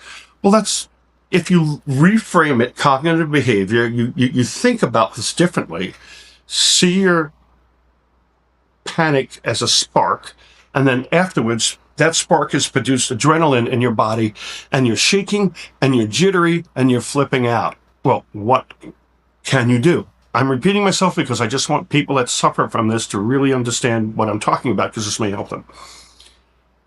If you have adrenaline in your system, there's something you can do. You can medicate, Valium, those sort of things, Xanax. I don't like that feeling, because when you have a panic attack, you're out of control. And I don't want to be medicated with Valium or Xanax after being out of control with something that's kind of making me out of control, like dizzy or sleepy. I want to be fully aware so this doesn't happen again. Some people, that helps. You are. Get that pillow in your mouth. Breathe through the adrenaline. I get up and I walk around.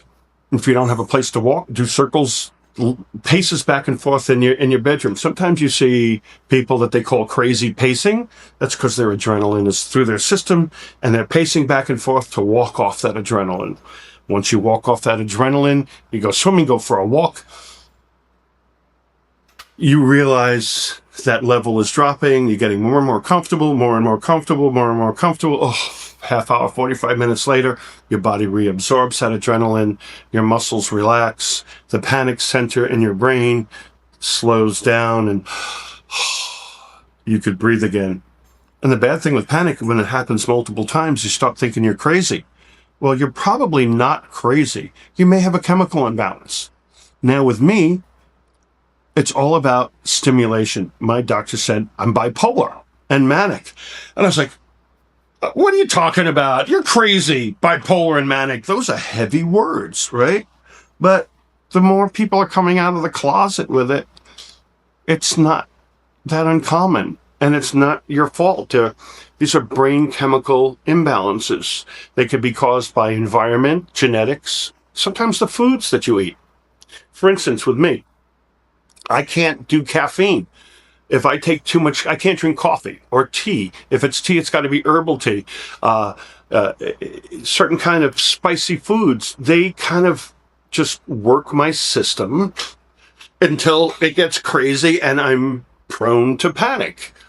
It sounds crazy, right? But it's a chemical imbalance, and these things are overstimulating my brain. I have a big thing about being overstimulated. I'm not talking about in bed, because we always love that, right? I'm talking about day-to-day stimulation that a lot of people don't realize. You're drinking caffeine, you're drinking soda with caffeine, Coca-Cola, whatever, a cola product, and then you're watching TV, and CNN or somebody's telling you that the world is going to end any second now, and you're worried about going to the movies and somebody pulling a gun on you, or the earth is going to spin out of control and you're all gonna die in there. That adds up, and a lot of people are just too sensitive to handle that. We're not built to handle this.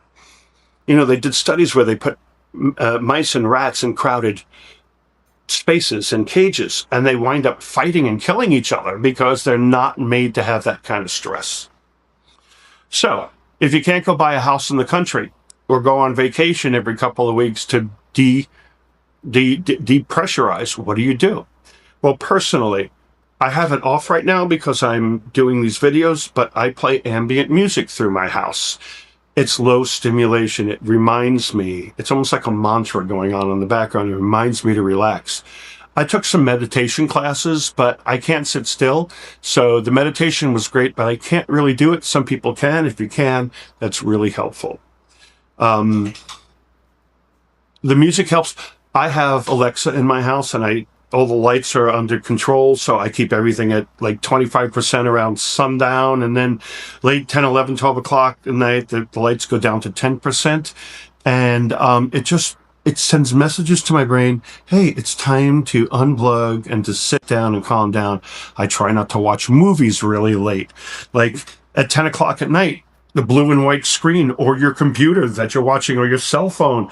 I don't want to sit there at 11 o'clock at night and have images stimulating my brain. This is like a piggy bank, like a well that you're filling up all day with all this stimulation. Your brain has to deal with it. Some of us deal with it, go to sleep, wake up the next day and they're fine. Other people's brains explode. I'm one of the brains explode people, right? So you may be able to do downtime or me time, which means you don't have to tell everybody. Maybe put on a pair of headphones, listen to some music.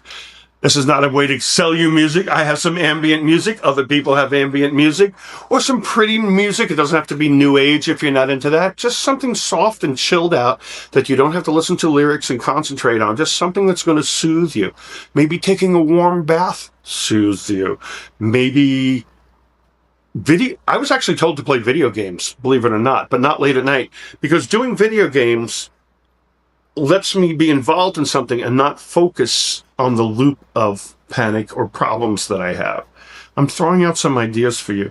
I'm hoping I can help somebody, because having panic and being alone or being medicated, in my case, and not wanting to is really a bad thing for me or for anybody else. Until you've had panic attacks, you don't know what this is like. It's horrible. To me, it's the worst thing that could possibly happen. But sleep.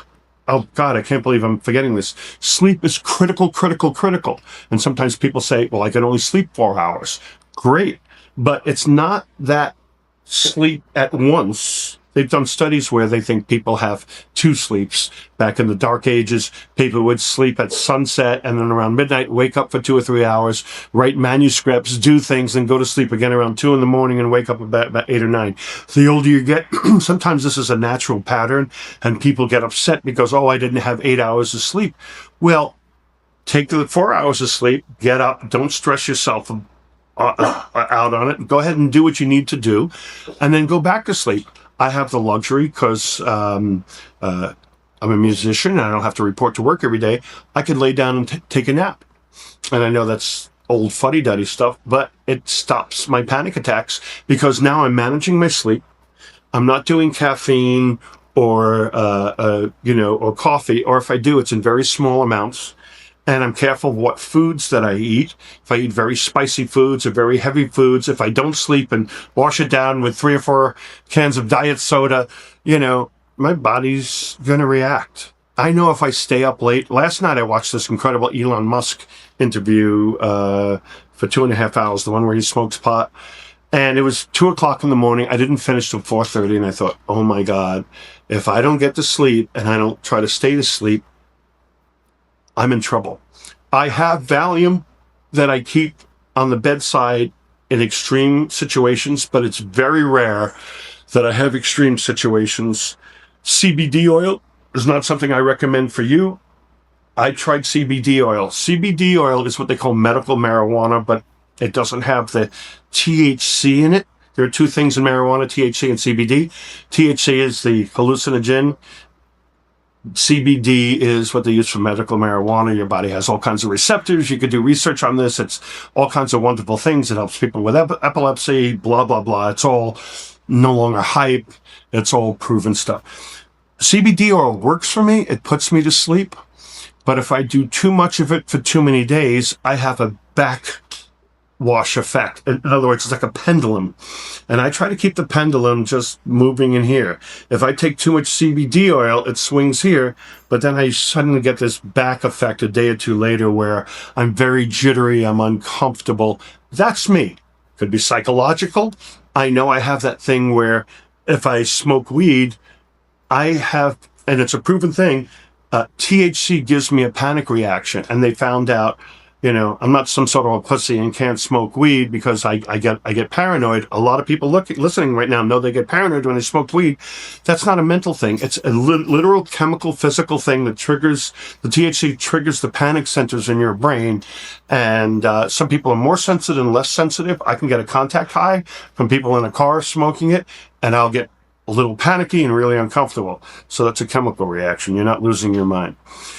So, to recap, you can do the chemical route and all that kind of stuff. You can do stuff where you just look through your day. What can you eliminate that's a stimulant? Because if you're having panic attacks, it's probably chemical, right? A chemical imbalance. But what can you do to help your brain repair? Maybe caffeine's too much. You're doing 4 cups of coffee a day and you're having panic attacks. Your body's telling you can't do it. And you're drinking 2 or 3 or 4 cola products, diet, sugar. Are you a sugar junkie? You know, that'll do it. It's stressing your body out. The older you get, the harder it is. So look at me time. You could be in a house full of crazy people. Just put on some headphones and go sit in a corner or just lie down on your bed, look at the ceiling, you know, just chill out. Try to manage your stress levels. Obviously consult a doctor. Talk with your doctor. A lot of doctors want to throw pills at you. If that's good for you, it wasn't good for me, but hope this will all help. And remember, that panic is a little spark, and afterwards you're going to have adrenaline in your system. That adrenaline is going to make you uncomfortable. It's going to make you want to jump out of a window. But once you know that and realize that once that spark happens, you're going to be uncomfortable for the next 45 minutes, you may be able to, okay, I don't feel comfortable, but it's been 15 minutes. Oh, you know, it's 20 minutes. I'm feeling better than 15 minutes. It's been 30 minutes. I feel better than 15 minutes ago. And you're going to realize that this horrible feeling is reducing, and you're not creating more panic because, oh my God, I feel this way. What's going on? Oh my God, I can't. You don't get into that snowball and that loop that keeps igniting the flame. Back to regular programming tomorrow. I hope some of this helps people. I know there's some of you out there that are suffering like I did, and I still do, but I control it. I'm at to the point now sometimes where I have a panic attack like I did when I did that other video. I was in the middle of a panic attack. I was able to breathe. I was able to talk. I had a couple of rushes, but I was able to work through it because I know that panic was a spark, and the rest of it comes to breathing. That's another thing you could do real quickly. You could take large, deep breaths. Was it in 5, hold 5, out 5, and do it for 2 or 3 minutes. That forces oxygen into your body, which forces your muscles to relax. It's a chemistry reaction. So if you're uptight and you're freaking out, that's why they always tell you to breathe deep. If you breathe deep, you can't kill yourself. You'll hyperventilate, maybe pass out, but it forces the muscles to relax. That's another tool. Back to our regular scheduled programming. I hope I can help somebody who's suffering. I had to reach out and just do this video because I don't want people to suffer. I suffered a lot, and it's terrible if somebody else does it. But I'm tough as fucking nails, right? Look at all that fat. Talk to you later, guys. Thanks.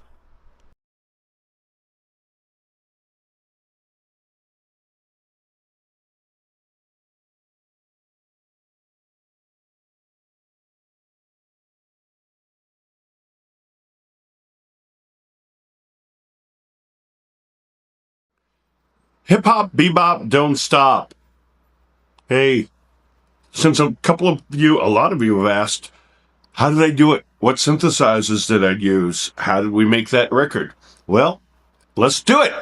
All right. First of all, thank you for listening. If you don't already know, I have a whole bunch of other videos here. And if you could subscribe, it helps the channel. If you could do a thumbs up, I know I'm doing the right thing. All right. Hip hop, bebop. before the 80s. In the 70s, I was doing a lot of what I call experimental music. Today, you'd probably call it ambient music, but in those days, I had no idea. Well, we didn't have ambient music, and I had no idea to write music, so I used to call them soundscapes. And as I started to learn to write music, I sort of did these soundscapes, but I was learning how to write music and do beats.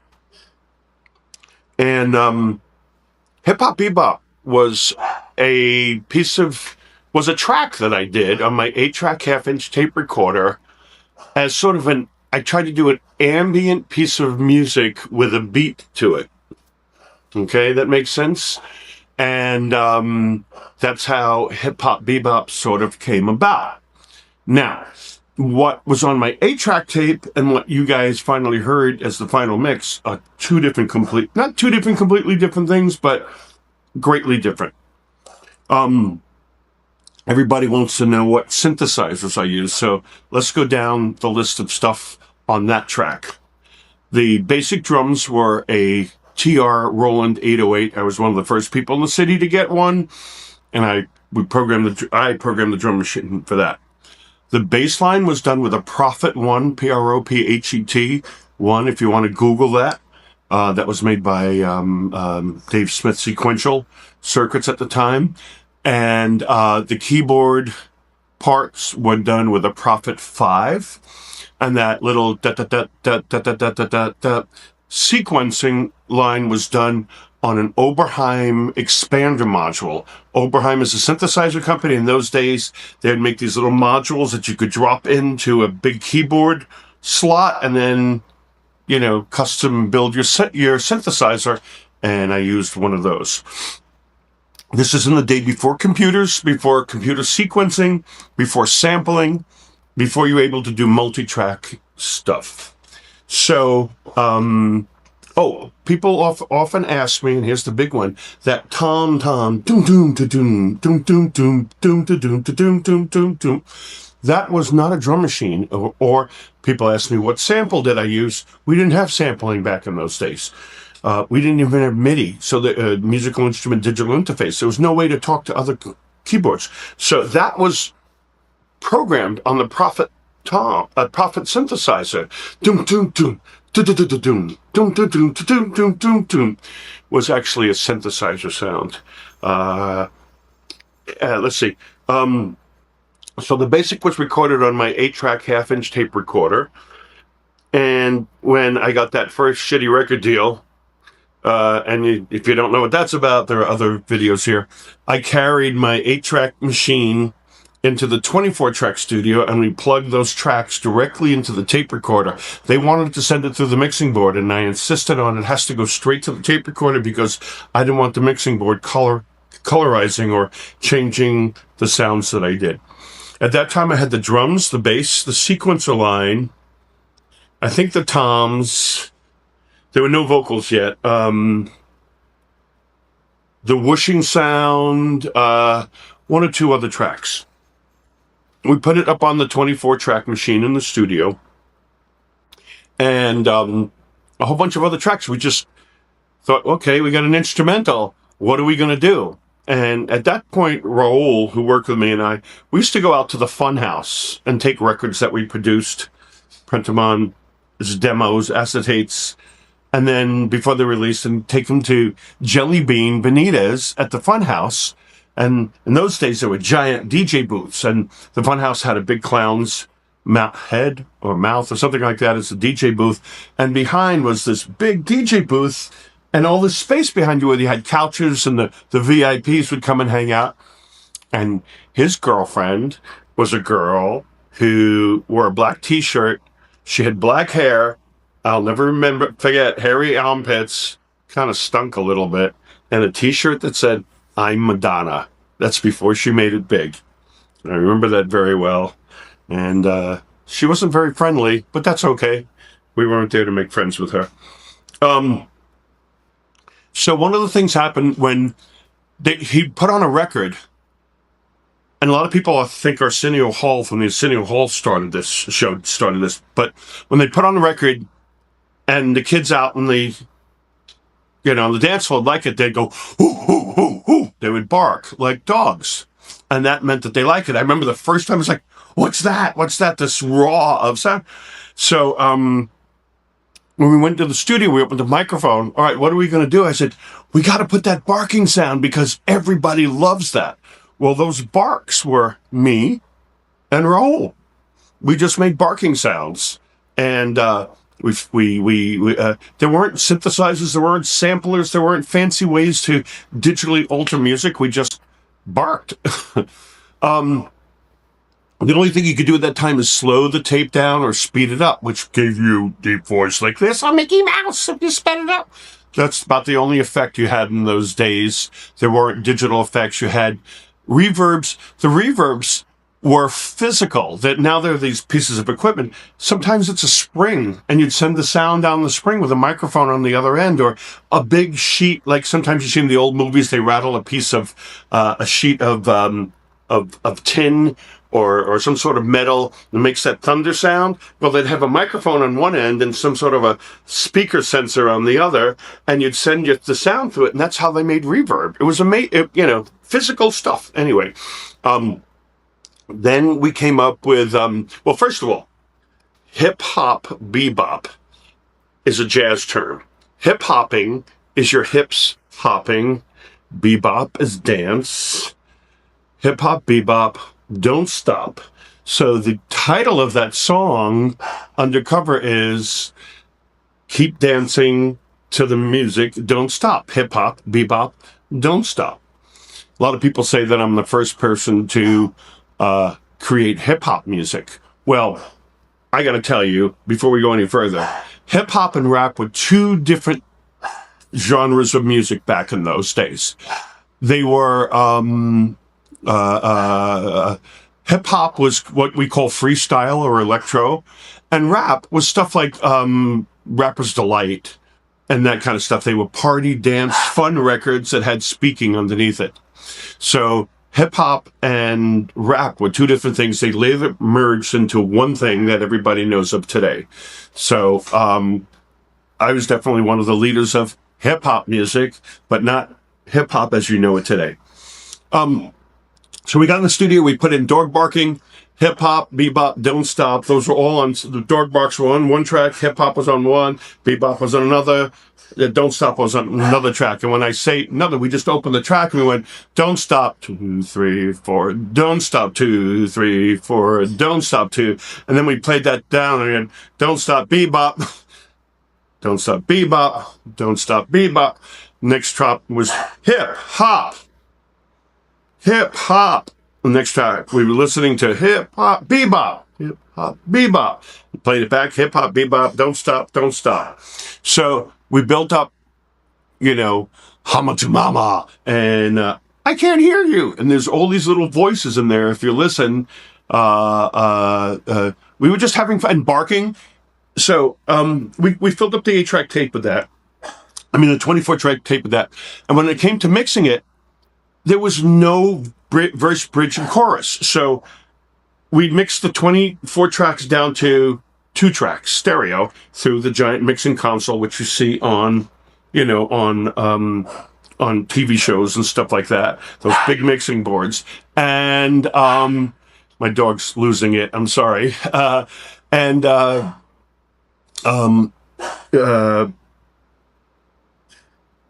Dog threw me off. We mixed it down to 2 tracks, and it was on 15-inch reels of tape. And what we wound up doing is we had, I think, 3 reels of outtakes. And what an outtake is some of it will be just the bass, drums, and hi-hat. Another one would be the drums, the dog bark, and the bass line. And the third one would be the keyboards and, the drums with different variations, including full mixes of running everything. Because there was no song there, they were just run-on sentences. We had to make a song. So by making all these combinations of 24 tracks, we came up with, 3-minute, 2-minute, 1-minute versions of all this kind of stuff. So then what happened is Mike Wilkinson and Raul took 3 reels of big tape, put it in a briefcase, went to Mike's house on a Friday night, did a bunch of coke and MDA or MMDA, and sat there. In those days, used to edit with razor blades, And we knew if this was one beat, this was a half a beat, this was a quarter beat, an eighth of a beat, all the way down to 30-second beats. And they would sit there and there'd be tape on the walls. And I mean, it looked like a mad science thing. And they would reassemble the song together. So the structure of hip hop bebop was actually put together as a bunch of outtakes, which was then formed after the mixing process into the song form that you know now. There's even a dub side without vocals because we took stuff with and without vocals, but the song has no structure. One of the things I want to mention, in those days, since there was no computers, no digital forms of synchronizing multiple tracks together, what happens when you have two blinking lights? This is the bass, this is the drums. How do they stay in sync without going out of sync? Well, that was a big problem back in those days. Today we have computers that keep everything lined up, and all those tracks that you seamlessly listen to, we had to plant so everything runs in sync. Otherwise, you're going to have a big mess of sound. Well, the 808 drum machine, and this is for the geeks listening, the 808 drum machine had a little pulse that came out of the back. If you know my song, Six Simple Synthesizers, I talk about having a little pulse coming out of the back of it. The rim shot on the 808 drum machine, if you'd program dum dum dum dum dum ta dum, turn the volume down, it put a little pulse out of the back, pluck, pluck, pluck, pop, pop, pop, pop. And we would take that pulse, plug it into a synthesizer, and every time it went, the synthesizer would go ping, ping, ping, ping, ping, ping, ping, or boom, boom, boom, whatever the sound was, playing musical notes. So, we lay the drums and bass down at the same time, because with the drums and the bass being triggered, that would go on tracks 1 and 2. Then track 3, if I wanted that sequence line going da da da dum da da da da dum dum, I would program ba ba ba ba ba ba ba ba on the drum machine. And this is the crazy part. We would start at beat 1, start recording. I would hit start on the drum machine, and everything was syncing, and come around 12 or 13 or 14 bars, it would start falling out of sync. We would roll the tape back 3 or 4 bars, 2, 3, 4, hit record, and I would hit the downbeat on the drum machine simultaneously, continuing to record on that track, and then would go another 12, 13, 16 bars, and then it would start falling out of sync again. And we did this, I think hip hop bebop must have been 5 or 7 minutes by 20, well, there weren't 24 tracks, so there may have been, even if it's 10 tracks, you know what I mean? You have 6 minutes times 12 to 20 tracks. I mean, this was like doing needlepoint. So a lot of times people say, oh, you're so lucky you grew up with analog synthesizers. It's a sound we never had before. You know, I mean, we can't get back today. It was hell. It was a nightmare. The sounds would drift. The studio would get warm. The electronics, the timing modules would shift, and suddenly it didn't synchronize again, and there was a fine control, and we'd have to control the tape recorder and control the, fine-tune the drum machine until these two things finally synced up again, and then 2, 3 bars, 17, 2, 3, 4, I pressed downbeat, and these things would run in sync until they ran out again. So that's how we built music in those days before sequencers and all that kind of stuff, and I'm telling you, it was bloody hell. So, to recap, Hip Hop Bebop was done at home on my 8-track half-inch tape recorder. That was, it had Dolby 2 noise reduction. It was a Tascam machine. I had a Tascam mixing board and a spring reverb and a space echo. That's what I used at home, but I was smart. I didn't record anything with any effects because I figured one day we'll go in the studio, there'll be better effects. Carried the tape machine into 24-track. We plugged that into the machine, played that back, and did overdubs of a couple more keyboards and of vocals. Most of my album, Boogie Down Bronx, is not part of my first album, but most of that first album was done the same way. It was done track by track, punch-in by punch-in, man-made, all those kind of songs. I think I did the vocals. I don't remember I did the vocals most of the stuff I think I did the vocals at home on the Together Again album. Song. That I think we did in the studio because I didn't have enough tracks left. Boogie Down Bronx was a totally different thing that was done in my house. We'll talk about that. But Prophet 5, 808, Prophet 1, Oberheim sequencer, I may have had a Korg Poly 6 or something like that. Maybe I didn't use it. And pretty much that's hip-hop bebop, and that's how we made it. And weird enough is when they wanted to put the song out, I thought Together Again or Man Made, because I wanted to be like Gary Newman, would be a single. They said we're going to put out hip-hop bebop. And I had a huge fight. You can't put that song out? Why not? It's not a real song. What do you mean? There's no verse, chorus, and bridge. Now, you got to remember, that was the very early 80s. So if your song wasn't, hey, Mickey, you're so fine, hey, Mickey. I'm putting out this artsy piece of music that, you just didn't do. There was no song there. So I thought people were going to laugh at me. So I fought it. I really, really fought it. And if you know my original album cover, which is yellow and orange and all that, I flipped out on that because I grew up I wanted a David Bowie cover with me with, mirrored eyes and, crazy makeup on my face, doing art. And they put out this thing that looks like they rubber stamped it, to be on the shelves at Walmart. But the smart thing about that cover is it was bright yellow and orange. And when you went to record stores, everybody tried to have it was new wave, dance, all that. Everybody had black, shiny covers.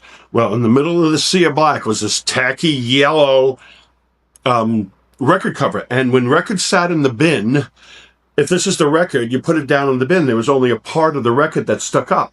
And it said, Man Parrish, Man Parrish. And when you picked it up, the rest of it, Man Parrish, Man Parrish, Man Parrish. But in a sea of black, you could walk into a record store, and the sea of black, I could point over to the wall, look over there, and there was my record. So in a way, it was a brilliant marketing move. Too bad I didn't get paid, but I have a whole other video on that. Thank you guys so much. There's the hip-hop bebop story. People always ask. I did a form of payola with radio station 92 KTU. I did all the station robot. That's on another thing. And that got it all over the radio. And then we went to other local radio stations and said, hey, this radio station's playing it. Why aren't you? And once we got New York, we went to Chicago and Boston and Baltimore. And once we got the East Coast, we got the South and the West Coast. And then we went overseas. I'm not saying we, the record company, did. And that's how they built up the popularity of that song. All right, guys, to date, it sold 5 million records. I never got paid. And then it's in Grand Theft Auto 1 and Boogie Down Bronx is Grand Theft Auto 3. And if you Google Grand Theft Auto, it's sold 85 million copies. So 85 Grand Theft Autos and 5 million of mine is 90 million people have my songs in their hand. Too bad I didn't get paid. It would have been $90 million. Thank you so much, guys. I hope that covered the hip-hop bebop story. Please subscribe. Please like. I look at the comments. Thanks.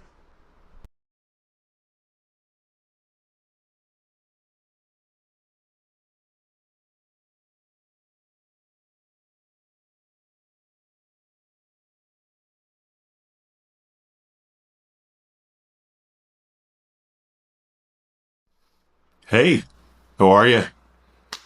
The seedy side of New York City. Oh my God, it was totally insane. I lived on the corner of 14th Street and 9th Avenue. Right across the street is the Apple Store. What it is now, but at that point, it was right in the middle of the meatpacking district. And when I had a loft right at 400 West 14th Street, right on the corner. When you went to the building, you got into the elevator. There was no lobby, and that went straight up into the loft. And you were in my loft, basically. I don't know how I paid the rent. I think the rent was like $1,000 or something like that. I don't know how I came up with the money, but I worked a million different odd jobs. One of the odd jobs I worked was at a straight sex club called Hellfire. It was an S&M fetish club owned by a gay guy who lived in the area, and he was into S&M and all that kind of stuff, and I'm not into that. Let's get that. I don't have a closet full of leather and whips and chains because that shit is so expensive. I don't have thousands of dollars to invest in the accoutrement just to get into bed with somebody. But I sure seen some things, I can tell you that. I'll tell you about Hellfire in a second, but the neighborhood was it was a meatpacking district. So when you walk down 14th Street, there were these warehouses and these trucks backed right up to the warehouses. And between the trucks and the warehouses there were these overhangs, and they would have tracks. And they would basically take a side of beef out of a truck on a track because they weighed 1,000 pounds, and then, put them on these tracks and then bring them into the meat processing plants, to cut them up into steaks and chops and stuff like that. And when you'd walk down the street, you were literally like dodging. If you walked in the street, the actual street, you would get run over by a truck because it was all commercial traffic, trucks going back and forth. So when you walked on the sidewalk, you were literally dodging pieces of hanging meat.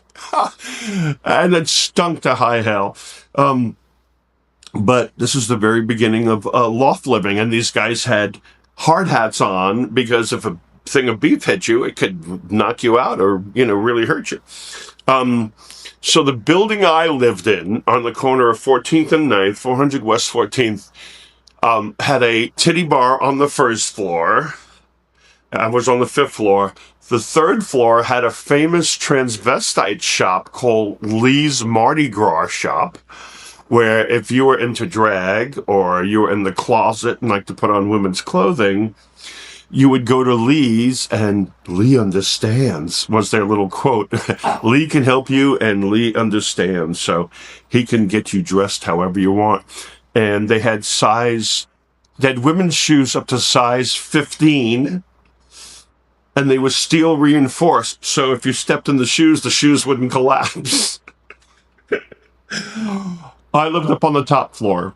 And when I signed my Elektra record deal, one of the guys from the record label came by, the executives, to see, my studio and come and hang out.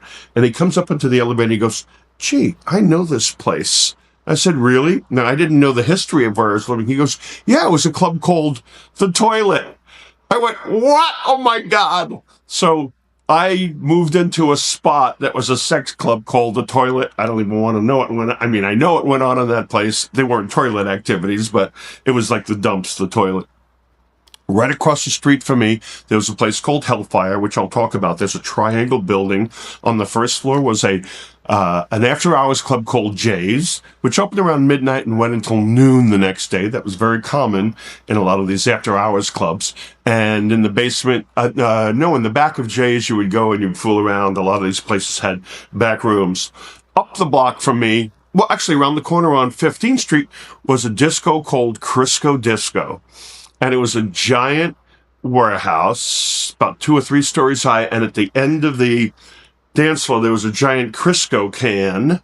And the DJ booth was on the top of that. And Crisco in those days were sort of what guys or people would use that were into fisting because it was vegetable and not petroleum and your body could handle it. This is the kind of wonderful place that New York was. Down the block was the Anvil, which I talk in another story, but they had fire-breathing drag queens and a guy who used to do dildo butt shows. And I remember it made the news because, was it Lee Raswell, which is Jackie Kennedy's sister or cousin or something? And a couple people from Women's Wear Daily went there to see the shows. I mean, New York is filled with crazy drag shows, sex shows, and people would come and applaud to see this crazy, crazy side of New York. Around the block was a club called Mars, and they had a massive sound system in a tiny little space. Then there was Alex and Astrix, A-S-T-R-I, Astrix, like the symbol, and it was, A-S-S-T-R-I-C-K-S, Astrix. It's a play on words. And then there was the notorious and famous Mineshaft. Now, I want to say something about, these places. Right now, these are like Michael Kors shops and, fancy, Park Avenue, Madison Avenue, Fifth Avenue, shopping stores. But, several years back, they were, sex clubs and fetish clubs and blood-stained meat on the floor and stuff like that. The transformation is amazing. There was a world famous mine shaft. It would open up Friday night at midnight and stay open all the way till Monday morning at noon. So you could go in there and fool around with somebody all weekend and not come up for air, so to speak. And it was 2 floors. It was a meatpacking building that was abandoned. Somebody took it over.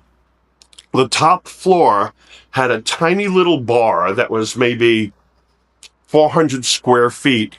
And then there was a doorway which led into like maybe 500 or 1,000 square feet of the back room, and a staircase that went downstairs to another 2,000 square feet of back room. It had, like fantasy areas and sex slings and cubbies and glory holes and all that kind of stuff. So the bar was like 1/16th. You would go there, and then the rest was a giant sex club. And this was all normal back in those days. This isn't like something that, you'd have to go searching for. I mean, it was pretty much, cops knew about it. People went to it. These places, like, they weren't empty. They were like packed with people. It's just amazing what New York was and what we got away with in those days. I worked at Hellfire. I think it was after my record deal, because I was living on 14th Street. I had no work. I had no way to make money. And a friend of mine said, "Oh, I know David, the gay guy who owns the straight sex club. I'm 6'4", looking for a bouncer. Would you like to work there?" And I thought, okay, yeah, sure. I need the money. It was $100 or some $50 a night in cash. It was $100 a night, and I worked for 2 or 3 nights or something like that. Well, boy, did I get an education. First I worked on the door with this woman, Candy, and Candy was about 500 pounds with black goth makeup on, and she wore, frilly little, like, lace outfit, but she was a heifer. And I remember her fingernails were filed to points. And I once said to her, "Why are your fingernails like that?" She says, "So I can scratch, guys that I'm having sex with." And I think, you're having sex with guys at 500 pounds? I mean, she was mega heifer, but with black eyeliner, black lipstick, you know what I mean? Super gothed out, black hair, white like white pancake makeup. And, and guys would come in and would like drool over her. I mean, if you had a fatty fetish, if you were a chubby chaser, I mean, this was the ultimate, right? I remember I was smoking cigarettes. I went upstairs to smoke a cigarette, and right outside, some guy from New Jersey, "How you doing, Guido," right? Pulls up in his Cadillac, and I thought, okay, he's going down to Hellfire. And all of a sudden, there's this commotion going on in the car. He's putting on a little negligee, and he pops down the mirror, and he's putting on lipstick and eyeliner, and threw on, a wig, and came out of the car and is walking like a truck driver, like Caitlyn Jenner in heels. I call Caitlyn Jenner a truck driver in heels. Walking like a truck driver and trying to navigate the steps to get down underneath that triangle building to come down to Hellfire. I thought, oh my God. And I said to Candy, "Did you see that guy that comes in?" He goes, "Oh yeah, he's married with a wife and kids." I said, "What?" He goes, "Oh yeah, he's transvestite." I said, "So he's into guys?" Because I didn't know about all the different, shades of gray, 50 Shades of Grey. Goes, "Oh no, he's not into guys at all. He's into women, but he wears women's clothes." And I said, "And his wife knows?" She goes, "Oh yeah, she lets him come here because this is where he gets it out of his system." I said, "So what does he do?" He goes, "He doesn't do anything. He just sits on a bar stool in drag and sips, a martini with his pinky up and watches the crowd go by."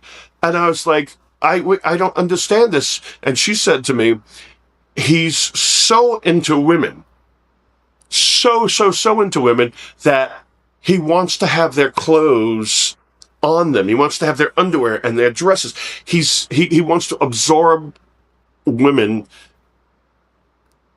and become one, but not because he wants men, because he's got this woman fetish. I remember one day these two guys came down. They were lovers, and this was a seedy underground club. It was actually an underground train station. There was train tracks that went up 9th Avenue at 14th Street. I think went up to 34th Street, and during Prohibition, they used to use the tunnels to bring alcohol back and forth, to clubs without it being above ground so cops could see it. And this happened to be like the train station. They're very low ceilings, but they were vaulted because right above us was the intersection of 14th and 9th, would have come crashing down with all the traffic. And there were these columns that held it up, brick vaulted ceilings, and it was always wet and damp every time it rained. It just smelled musty and nasty, and it really... some of it was lit with red light bulbs, and it was smoky. You could smoke in those days, so it was really like that underground, like you've seen some Berlin underground nightclub, and stuff like that. And these two guys came down, and they had duffel bags with them, and we're getting ready to open up, and David, the owner, said, hey, Manny, can you help these guys? And I said, sure, what do I need to do? He goes, well, they're going to put themselves in body bags, and they need to be fastened to the columns. And I'm like, what do you mean? He goes, oh, no, you don't have to do anything. Just help them out. They'll tell you what to do. So these guys have shorts on, rubber shorts. They're going to dress the rubber shorts, and they have these, they look like sleeping bags, right? And they said, I'm going to go on this column. He's going to go on that column. We're going to put ourselves in the body bag, and we're going to zip it up from the inside. And all we need you to do, there's a little fastener, is put this thing around the pole so it attaches us to the pole. And I said, okay. He says, can you please put 2 spotlights on us so people can see us? And I went, okay. And they got in these little like mummy things, and they zipped themselves up, and I'm thinking, can you guys breathe? And they zipped themselves up, and I went around the back, and I said, all right, you're attached, so you're okay? Okay.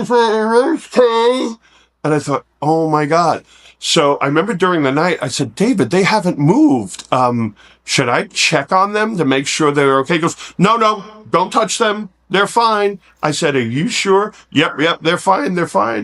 And they sat, it was hot down there. They sat in those things. We were open at 10 or 11 o'clock, and we closed at 5 or 6. So they were there for 6 hours in this sarcophagage. And it turns out that was their fetish. They like to be put in body, like in some body bag on display for everybody to see. The stuff I saw was unbelievable. I remember Holly Woodlawn used to come down and sit in the sex swing in like some little, Gone with the Wind, little dress, and she would swing back and forth like a little schoolgirl, and I'd see these, like, I remember a guy came down with a sanitation outfit on, buffed out with tattoos and total, like, how you doing, bro, kind of guy, and, some woman was like, you're a pig, get on the floor, lick my feet, and I'm like, my God, this is like a whole other world, and they weren't like masturbating or anything. It was just this whole kind of like public display of fetish, without hardcore sex or penetration going on. My little dog it's just driving me crazy for kisses. That's Monkey. You're not into fetish, are you? Oh, please, no. Don't kiss me. That's about as fetishy as I get, is kissing my baby. It was amazing. There were so many sex clubs, and there was Plato's Retreat, which used to be the Continental Baths, which I have a story about. There was a German name up on 43rd Street in the basement of a diner. Gosh, why can't I remember the name? Anyway, these were very common. A lot of the gay bars had back rooms. A lot of these places were just basically back rooms with bars. AIDS came in and stopped all that. But it was the seedy underground underbelly of New York City. And in a way, it was kind of cool because everything was like straight up and corporate, and people went to work and stuff and went home and had dinner and went to the theater and then went home at night. And we came out at night. We were the freaks that came out at night and, did nightclubs and bars and fetish things and stuff like that. So that's a little bit of a story. My loft had no heat. I remember I put up giant sheets of plastic and turned the oven on in the wintertime just to stay warm. How I didn't die of asphyxiation, I don't know. It was a 2-story high loft. I paid $1,000. There were bare walls put up, sheetrock, but no tape between the walls. It wasn't painted. It was probably like a storage, I know it was a sex club before, like I said, but it was just, I had a trapeze in the loft. I remember that. The ceilings were so high, I hung up a trapeze and used to do exercise and swing on it. And that's where I did the beginnings of hip-hop, bebop, and my album and stuff. It was rough living, but that's what you did when you were an artiste. You lived in lofts. And those parts of the city would empty out at night. So while everybody was in Times Square or downtown Greenwich Village, this was the West Side. It was kind of like being in another city. At 5 o'clock, everybody would go home, and you were kind of like living in this deserted, what's that movie that Legend, right? Fresh Prince, blocking his name right now, where he's in New York City and it's completely deserted. Well, it was like that. My first 2 lofts were downtown, and it was like that. So pretty cool time in New York, and just thought I'd share that with you. Thanks, guys, for watching. Thanks.